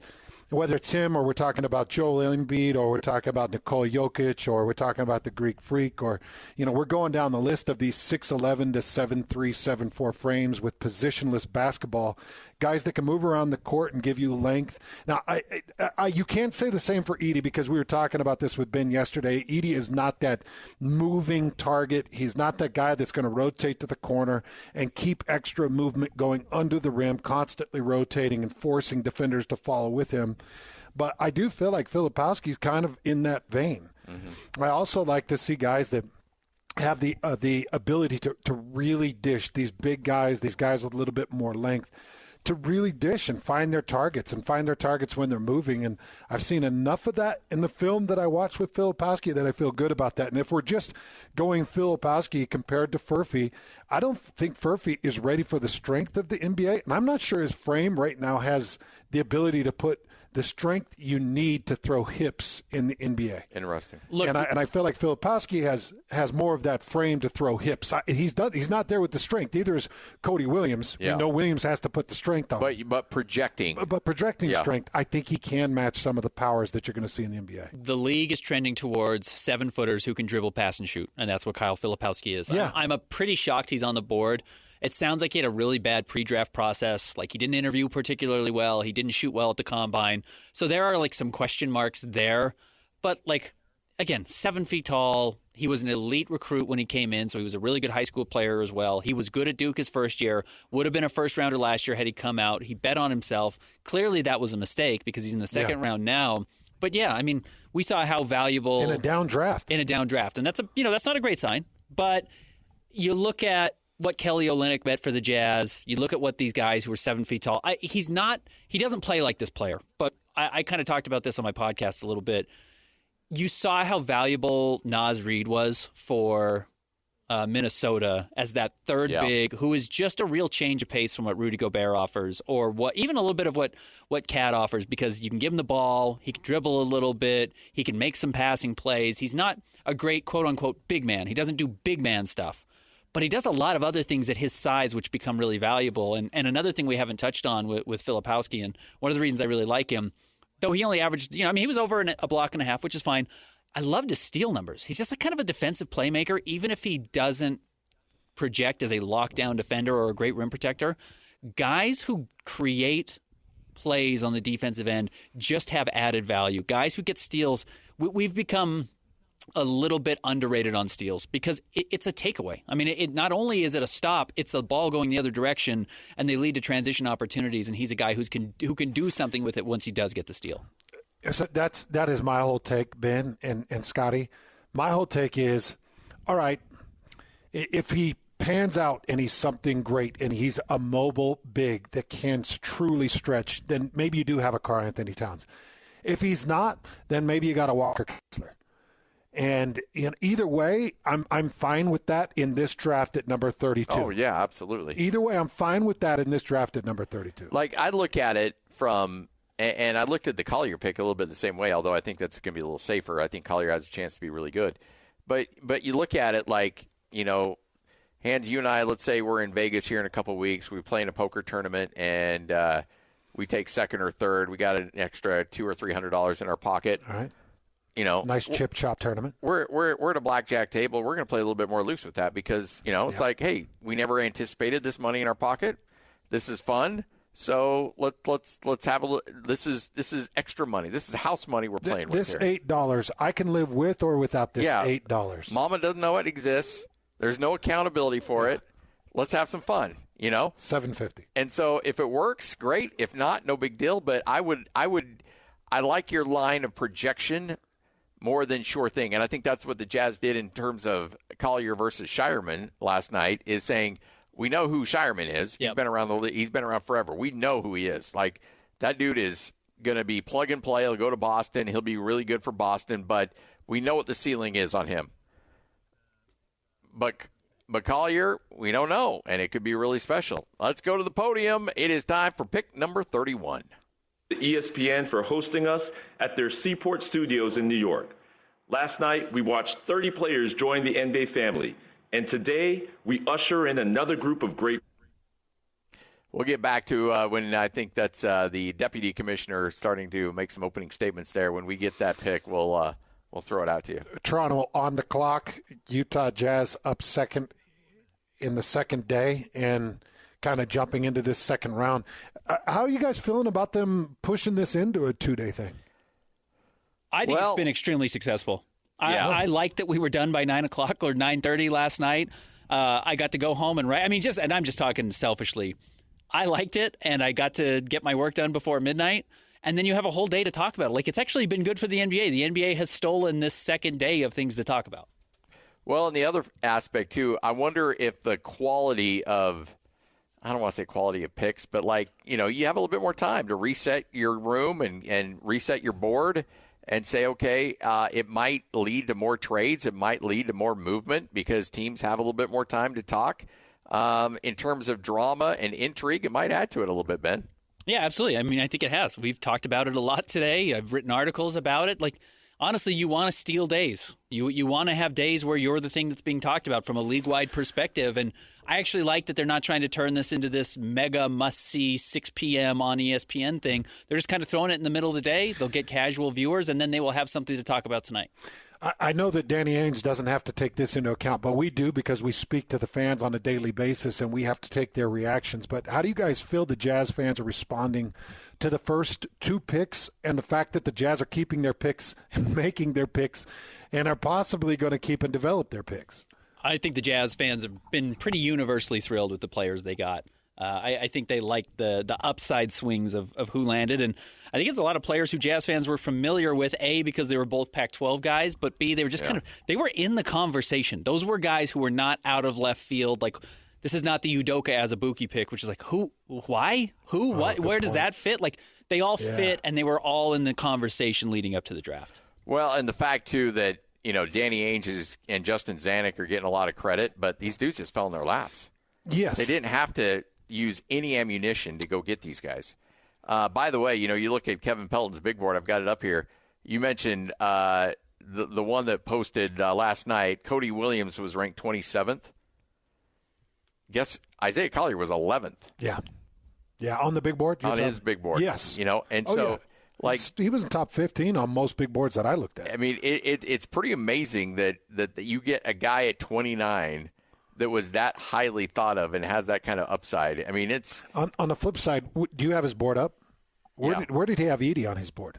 I don't think he had Edey in his first round. That's what I'm talking about. Yeah. So, if as a fan, if I'm paying attention to things, I would much rather see somebody that was top of the board that I'm picking up the bottom of the 20s rather than somebody that wasn't on a lot of first round big boards. And somebody takes a shot at him at number 7, number 8, or was it number 9? Oh, wow. Actually, I take that back. He had him at 4. Wow. He thought well of Edey. Then he had him really high. I saw a lot of guys that had him that buried him. Yeah. My bad. No, Pelton had him up there. So I think that Edey thing was a horrific mistake, and Memphis did themselves some serious damage on that one. Well, Memphis feels like he's a good fit for the roster that they put together, but – well, you know what? If Ja Morant wants to take a shot at that, then good for him. But we talked about this yesterday. But my comparison. Sorry, well, I'm going to let that air for a minute. Let that marinate for a bit. I'm going to let people breathe in what you just said for just a second. But my take on him, and we were talking about this yesterday with Ben and Coach. I think top end he's a Yao Ming. Like that's the high end of what he can be with his mobility and movement and passing and shooting. Well, according to Shams, Ben, Toronto's going to take Jonathan Mogbo at number 31, which means the Jazz, if they want to go one of those two guys, will have their choice of those two. What are your thoughts on that one? Yeah, I mean, assuming they didn't want Jonathan Mogbo, who was a guy who did come to Utah and worked out here, I believe, and went to San Francisco, if I remember off the top of my head. And he's just kind of like, he's a freak athlete, big player, and there's a guy who could have, that could have been a guy that the Jazz liked, in all honesty. Again, that's what's kind of the mystery about this part of it is they could have anybody on their board that they thought like, oh, that's the guy at 32, and then he disappears, and all of a sudden you're struggling. Yeah, I called a couple games of his. Utah State had a home and home with San Francisco. But let's go to the podium and let's make it official here. With the 31st pick in the 2024 NBA Draft, the Toronto Raptors select Jonathan Mogbo from the University of San Francisco. Mogbo in that game against Utah State had 14 points, 9 rebounds, 2 assists. He was a force. That dude was an absolute beast in that game, and fun player to watch. Utah State was able to get that win, but he's a really good player, and he gets taken at the first pick of the second round. Transfer from Missouri State, went to San Francisco. But now, Furphy and Filipowski available for the Utah Jazz. They are on the clock. Okay, so Ben, really quick, Lloyd, keep us updated when the Jazz are ready, because I know that the second round goes a little bit quicker. Ben, help Jazz fans understand what the investment is into a second round as compared to what the investment is into a first round player. Question. Well, you can offer them non-guaranteed contracts entirely. I mean, you don't have to give them any guaranteed money. Generally, they will get a bonus for being drafted, and you give them money to come to training camp, et cetera. It's a little bit more like the NFL in that sense, but the first round, the first 2 years of their deal are guaranteed, and then you've got team options for the third year and the fourth year if you want to pick those up before they become a restricted free agent at the end of their fourth season. Second round just doesn't have those guarantees at all. Now, there are kind of standards. Agents will go back and say, well, look, the last 30 players taken in the top 10 of the second round all got veteran minimum deals for the first 2 years, 3 years, 4 years even, and then our chance to renegotiate after that. So there will be guaranteed money here as long as the Jazz hold on to this pick. And again, the question is, okay, did 29 other teams or 28 other teams now see Jonathan Mogbo go off the board and say, oh, man, Johnny Furphy's still on the board or Kyle Filipowski's still on the board, call the Jazz, get that pick, we want to have that pick. Now it actually could potentially increase in value. Well, Shams is saying that the Jazz are going with, you want to take a guess? Have you seen it? Filipowski. No, I haven't. Ben, have you seen it? I haven't. Do we want to wait for the pick? Do we want to wait till they announce it? Lloyd, you want us to wait and hear from the podium, or do we want to go with the Shams breaking news? What do you think, Lloyd? According to Shams, the Jazz are going to go with Kyle Filipowski. I knew it. And I love it, and I'm excited about it because it gives you that potential pot of gold. You're talking about less than 5% chance actually finding the pot of gold, but at least it's something. It's what we just talked about. It's where the league is trending. It's that 7-foot guy that can really move, that can dish, that can possibly shoot. And he comes from a program where he was really pushed, high expectations, and he could play multiple spots, multiple positions. All right, let's go back to this time yesterday, Ben, and I told you that the Jazz would not have to maneuver a single pick. They would not have to move an ounce up and down in the draft. They would not have to use any ammunition whatsoever, and they would land Cody Williams, Isaiah Collier, and Kyle Filipowski in those 3 picks in the first 32. How surprised would you be? I would have given him an A+, and I would have been shocked. I mean, I think, look, I will pull up my write-up of Kyle Filipowski really quick, and I will tell you where I had his draft range. I bet you I started it at number 12, which is where Oklahoma City picked. Draft range, I have it 15 to 30, so a little bit lower than that, but right outside the lottery. And in my mock draft, I think I have him going 15 to the Miami Heat. On my little big board that I put together last night before the show, I had him at 16. Yeah, but not in the second round. I didn't have him nowhere out of near the first round. Yeah, I think I put him 15 to 30, so there was an off chance he could fall I guess, to the end of the first round. But no, I did not see him being available to the Jazz in the second round. Again, size and skill is just so hard to replace. It really is. And this is a guy, so Ken Pomeroy, well, let's go to the podium and let's get the official announcement here. With the 32nd pick in the 2024 NBA Draft, the Utah Jazz select Kyle Filipowski from Duke University. Played 2 years at Duke and had himself a season last year. As I mentioned, Ken Pomeroy has his National Player of the Year rankings. Kyle Filipowski finished 7th in his statistical National Player of the Year rankings.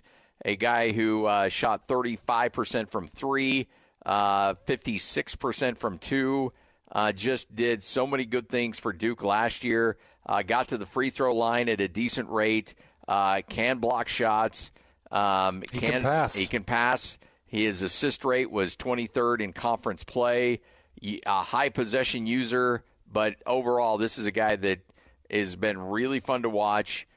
Struggled in that game against NC State to wrap up their NCAA tournament run, but other than that, was just a huge player for the Dukies all season long. And he has a chance, and that's all. And for the Jazz to be able to snag him at 32 is a huge, huge win. Well, something I'm looking at is I want to see if he can keep pace with the NBA speed and the NBA level. And I know we say that about every draft pick, but I'm asking that of Filipowski because I'm hoping he can be a contributor somewhat quickly. I think Cody Williams, I slowed down on Cody Williams a little bit. Like I don't know how quick he can put on the muscle and the mass to be a force in the NBA, but I look at Kyle Filipowski and I'm hoping he can keep up with the speed, and I'm hoping he shows flashes that big 6'11" frame can really get the position and hit the shots that are needed.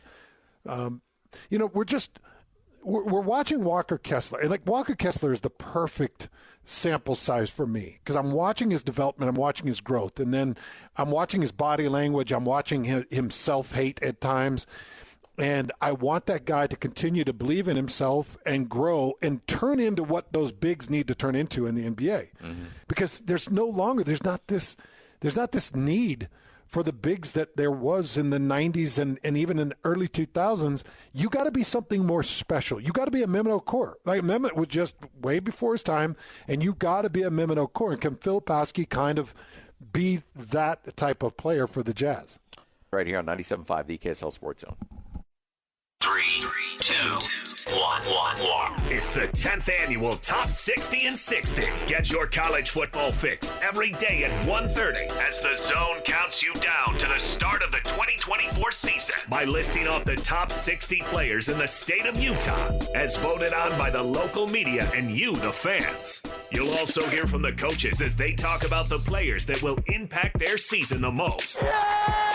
It's the Top 60 and 60, weekdays at 1:30, presented by 5 Star Painting on your home of the best college football coverage in Utah. 97.5, the KSL Sports Zone.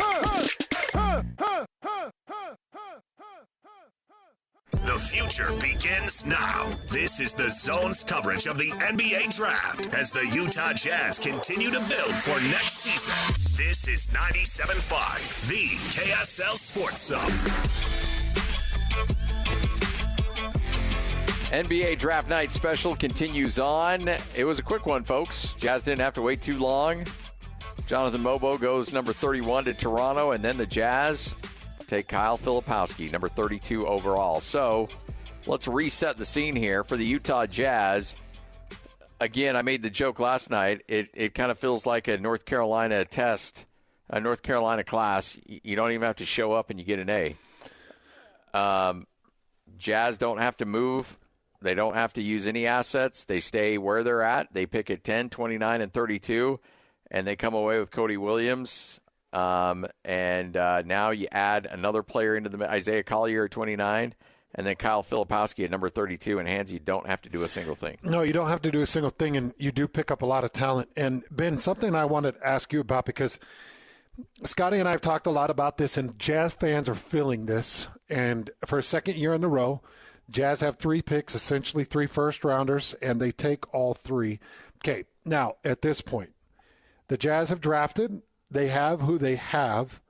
What's the likelihood of us seeing any one of the three or a package of the three or a package of the two being moved to try to somehow benefit the Jazz current roster situation? I guess conceivably if, something materializes next week when free agency opens and someone comes after the Jazz and the Jazz need to throw an extra piece in to push it over the top, you could definitely see one of those names get thrown in, any of the three guys from last year, though I wouldn't bet on it. I think it'd have to be a pretty big trade for at least Keontae George and Taylor Hendricks, and I think Danny Ainge actually likes Bryce Sensabaugh quite a bit. So I think it would take a significant trade. I mean, I don't think the Jazz are just going to throw anybody in just to throw them in. Isn't that what Walker Kessler was, essentially, for the Jazz? Yeah, absolutely. Now they got him in the Gobert trade, yeah. Yeah, but he was a first-round pick that was already been selected. Yeah. As was Ochai Agbaji. Yep. But had not played a season in the NBA, correct? Right. So it does happen. You do see it. I'm only suggesting that because I think that there is a group of Jazz fans that are probably sick of rookies, probably sick of growth, and would like to see something that is more sure. And the only thing I would warn those Jazz fans against is just to get something more sure, I don't know if you give up something that has bright future. Like, for instance, if I'm bringing in a guy and I know what his ceiling is, and I know he's going to go get me 6 assists, and I know he's going to go get me 18 points, but I also know he's going to get me a look at a play-in tournament situation, I'm just not interested in that type of sure thing. Now, if it's going to bring me back a piece that I think is a true contending style piece that Danny Ainge can start to build this three-head monster on, fine, move him around. But I'm intrigued enough with these three guys, Ben, that unless it's that guy that can be a part of the three-head monster, unless it's the big game hunt that appeases me that I know can be a champion at some point, then I do want to see what these three are all about. And context certainly matters. And I think when we talk about Ochai Agbaji or we talk about Walker Kessler, who are guys who were drafted and then traded later by the teams that drafted them, not on draft night, but sometimes, weeks, if not months later, those were traded from teams that were trying to get a piece to put them over the top. So they were trying to get Donovan Mitchell to put them over the top. They were trying to get Rudy Gobert to put them over the top. And they didn't need Ochai Agbaji to come in and play at Cleveland. They didn't need Walker Kessler to come in and contribute in Minnesota. They wanted a more proven piece. The Jazz aren't close to needing that piece to push them over the top. They need as many swings as they can, hoping these guys develop into something that will help them get to the point where then they're looking to make those types of swings. Have we ever seen a more intriguing summer league team than what the Jazz are going to put on display? And dominant. Yeah, I mean, they're really going to dominate as long as everybody plays. I mean, we can walk through really quickly Isaiah Collier, who, by the way, is just built for the summer league. He's so big and strong. He's just going to put guys under the basket. We saw what Keontae George did last year. Bryce Sensabaugh has that same physical advantage. I think you're going to obviously see Cody Williams come in and play right away. You're now going to see Kyle Filipowski, who's got 2 years under his belt. You've got a lot. Taylor Hendricks, I mean, and then not to mention some of the veteran players that they've got coming back. I mean, Johnny Juzang might average 25 points in the summer league if he's back with the Jazz, and I think that's the plan. So, yeah, it's going to be loaded top to bottom. Of these three players that were picked, Ben, who's the most NBA ready? Filipowski. Yeah, I mean, I would almost pencil Filipowski in for 10 minutes, 15 minutes right away. The thing that he does is he offers something that the Jazz don't have anywhere else. And I don't know if you can say that about either Collier or Cody Williams. Now, down the line, those guys both offer a ton. Collier's ability to get into the paint and score and create plays for others. His playmaking might be what he offers that nobody else for the Jazz has. That's his real advantage. Cody Williams' combination of size and shooting and defense is a huge plus. Filipowski right now is the best big man passer on the roster by a lot, by a ton. So, and allow me to give space for Kenny Lofton Jr. there. Maybe Kenny Lofton's the guy, but I love Kenny Lofton. You get a lot of those same things with Filipowski. He just is probably a better 3-point shooter. Is this any indicator of the future Walker Kessler for the Utah Jazz? I don't think so. Not immediate future. But if Filipowski, and I'm sorry to cut you off, Ben. No, you're good. If Filipowski averages 10 minutes a game and you see some benefit and you see the development of the trajectory, then it does allow you to play a little fast and loose come trade deadline with Walker Kessler. To your answer, not immediately like this offseason, but if he comes on and he starts playing 10 minutes, 12 minutes, 14 minutes, you're like, okay. Then you're like, all right, then we can play around here and see what we can get for Walker Kessler for sure. That's my opinion on that. Yeah, I think you're completely right. If I were Walker Kessler, I wouldn't have felt great about what happened today. That's my first thought. And plus, if I'm Walker, I've already had my name swirling, banting about a bit. And so I'd be a little bit nervous about it. And, Ben, I talked about this yesterday. I need somebody on the court that can get Walker Kessler's head either out of the clouds or out of the sand. I need somebody that can shake him loose of whatever he's dealing with, because when you got the dogs on the court that can really hound him and force him out of that negative attitude or that heartbreak that he suffers at times, then I think we see a better trajectory on growth, because I'm a big Walker Kessler fan. I just don't think we've completely tapped what his ability is.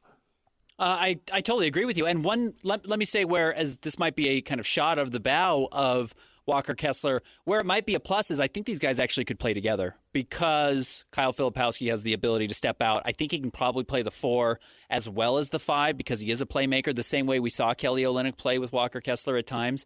And Kyle Filipowski is a guy who can actually get Walker Kessler the ball in some spots where he can be successful with some of that high-low, big-to-big passing that might be advantageous and really help his life out. And you know what? The Jazz don't need to pretend Walker Kessler's going to be this corner three-point shooter anymore. Now, is Walker okay with that? Is he okay if that's not a part of his game, just sitting in the dunker spot the rest of his life and cleaning up rebounds or catching lobs? He should be, because he can make a lot of money doing that. But if he sees himself as doing more, maybe that's an issue. But Filipowski can make everybody on the Jazz better, including Walker Kessler, and that should be something that you would hope he would lean into. By the way, Walker Kessler's going to be on the Summer League team, too. We didn't mention that. So, yeah, this team is really stacked. Yeah. Look, I don't know if you degenerates out there want to gamble on Summer League games, but you may want to go down to Vegas and throw a few pennies on the Jazz, because, my goodness, and get those tickets for the Summer League here in Utah as well. Are you guys a little bit surprised Keontae George on that roster? Oh, yeah. Well, no, I mean, a little bit. It's a bit of a surprise for me. I mean, his usage was high last year. The thing is, I'm used to, back in the day, everybody always played that second year. You'd play 2 years. Now, granted, things have changed quite a bit, and we've altered the landscape. But, I mean, the fact that they're making Kessler do it, Keontae do it, Taylor Hendricks was a no-brainer. Certainly he needed to be there. But, yeah, you bring up a really good point. And it could be a thing where you get him here to Salt Lake, he plays a couple games here, maybe he makes an appearance in Vegas, and then you're like, okay, we've seen enough, go home. Like, the likelihood of all these guys being there for all the games is pretty slim. I agree. I don't think he plays every game. There's going to be times you just say, get off the floor and let Isaiah Collier take over and do his thing. He also just keeps everything together. He will keep everyone kind of going together in the same direction, which has some value. Well, and it goes back to your conversation we had about leadership. Maybe that's an opportunity for him to be a leader and be like, okay, you know what? You've got you were a big part of this team last year, and so you're going to be asked to be a leader. Let's let you lead a bunch of young guys and see how you do in that situation. Can you motivate guys in practice? Can you get after a guy who was in the wrong place at the wrong time? Maybe there's some element of that on not necessarily the game itself, but how he handles himself in those situations. You've got to want to see that growth from him. Yeah. And if he's going to play the role that they probably hope he plays in this upcoming season, he's going to have to show he can do that. Absolutely. And you know what? The simplest fact is he probably needs the reps. Like, he was good last year. He was better than the 16th pick. He still has a lot of room to grow. Like, he's got to get a lot better to really stick and make a big-time impact as an NBA player. And he showed bright flashes of it, but he's got to get way more consistent at doing it. So simplest explanation is he needs to be there. But if you want to get into the politics of it, well, now you're asking Walker Kessler to be there going into year 3. How does he go into year 3 in the Summer League and look and say, well, man, Keontae's not even here. Like, why are you making me play year 3 and Keontae year 2 is not playing? And then, you know what, next year you can say, hey, Isaiah Collier, or hey, Cody Williams, or hey, Kyle Filipowski, we want you back for year 2. And look, Keontae George did it last year after a phenomenal freshman or rookie season. You've got to get back there too. And it's just, this is how we operate. I think you can start to set that as just the baseline and expectation. Like you mentioned with Darren Williams playing in the Rocky Mountain Review for a game. Yeah. And that always cracked me up that they made Darren Williams come back for year number 2, and he played one game, maybe 2, but I think it was one game, and he just flat out dominated. Mm-hmm. And Jerry and Kevin O'Connor's like, go home. We don't even need to see you here tomorrow. Everything we needed to see, we saw. Go home. Hey, Ben, where do you think Keontae George would have been drafted in this draft? Would Taylor Hendricks still go ahead of Keontae George? Yes, I think so, actually. Wow. Okay, are you talking about after their rookie season, or are you talking about just as prospects before the class? Prospects. Because if you're talking prospects, I think there's a real chance Taylor Hendricks is a top 3 pick in this year's draft. Yeah, I agree. If you saw Alex Sarr go where Alex Sarr went, number 2 overall to Washington, he's bigger than Taylor Hendricks.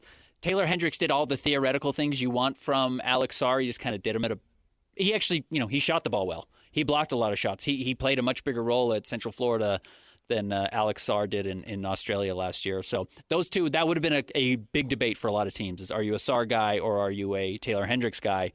But Keontae would have gone top 10.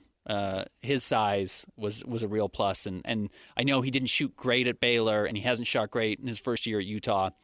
There was just a lot of belief that offensive pop is going to be there and develop, and the Jazz certainly feel that way. So I think he would have been right there in the conversation at 7, 8, 9. A player you were keeping an eye on, Hans. Detroit is taking Bobby Klintman at 37. I like him. Bobby Klintman, he's a Sweden. He's a Swedish player, and he is a very versatile weapon. He was one guy that I thought might slip up the board in the second round, and that I thought maybe the Jazz would take a look at, but he goes win. 37 to Detroit. All right, take a break. Come back, wrap this thing up, and we'll hand it over to JJ and Alex coming up at 3 o'clock. Hans and Scotty, 97.5, the KSL Sports Zone. Hey, bro. You hear us every day with our crazy opinions. Hey, what you doing? Well, now, it's time to hear from you. Hey, great show. Download the KSL Sports app and fire off your thoughts with the call-in tab on the bottom of your screen. Your show is fantastic. It's the one that captivates me the most. You can tell PK to stop singing. She bangs! She bangs! Let Jake and Ben know what you really think of the Jazz. Woo! Tell Hans and Scotty about your favorite barbecue spot or what color of tie JJ should be wearing on TV. The best entries will be played on the air. Download the KSL Sports app now and hit the call-in button to let your voice be heard. I think you guys do an incredible job. This is 97.5, the KSL Sports Zone. Looking for the latest on the Jazz, Utes, Cougars, and Aggies? Yeah! We've got you covered. This is Hans Olsen and Scotty G on 97.5, the Sports Zone. Standing here beside you, want so much to give you this love in my heart that I'm feeling for you. All right, wrapping up another edition of the show. Hans and Scotty, 97.5, the KSL Sports Zone, as we are live here at RGS. The NBA Draft Night Special continues on, day number 2. Not a lot of drama for the Utah Jazz. Kyle Filipowski goes number 32 overall to the Utah Jazz, and looks like as of right now, he'll be part of all the Vegas Summer League and Vegas Summer League and all the festivities coming up. Well, the impression that I want to leave with Utah Jazz fans in regards to Filipowski is he's got a lot of offensive attributes, and he can score in a lot of different ways. And I've been sitting here watching highlight packages of him since the pick was announced, and it's showing everything. It's showing a bit of everything. It's showing some catch and shoot. Step back three. It's showing a step back three. It's showing a back to the basket with force. It's showing a reverse. It's showing a lot of different offensive talent and offensive vision that he can score in many positions on the court. And that's what you're hoping for from a 6'11 type guy. So if it's going to happen, this is the way I hope it happens. And I agree with Ben. This, to me, he's the most usable, the most early of the 3 picks that the Utah Jazz have taken. So Kyle Filipowski, the newest member of the Utah Jazz. Ben, Jazz get an A on the draft, and they don't really have to do anything to do it. It all falls in their lap, and you can't ask for a better situation than that. No, and everyone's always excited when you're Minnesota and you don't have a pick near the lottery and you trade up and get a Rob Dillingham. But yeah. I think historically you look back, the best drafts, you just let players come to you. You just kind of let who falls in your lap stick around. You develop the right players, and you pick the right players when they're there, and you take advantage of it. Oklahoma City's done that pretty well. They've certainly had their misses, and some of these guys are going to miss for the Jazz. The odds that these three guys are all going to be huge contributors for the Jazz in 3 years is really low. But if one of them is, you've had a good draft. If two of them are, you've had a great draft. So you've set yourself up, I think, with some real upside there with these players, and I think that's the advantage. And you still have every asset intact that you had going into the draft minus the picks that you actually made. So now the fun really begins. Free agency about to begin, and now let's see what the Jazz can do. Plenty of opportunities to make more trades. We'll have more NBA draft coverage coming up next. JJ and Alex are going to take things over right here on 97.5, the KSL Sports Zone.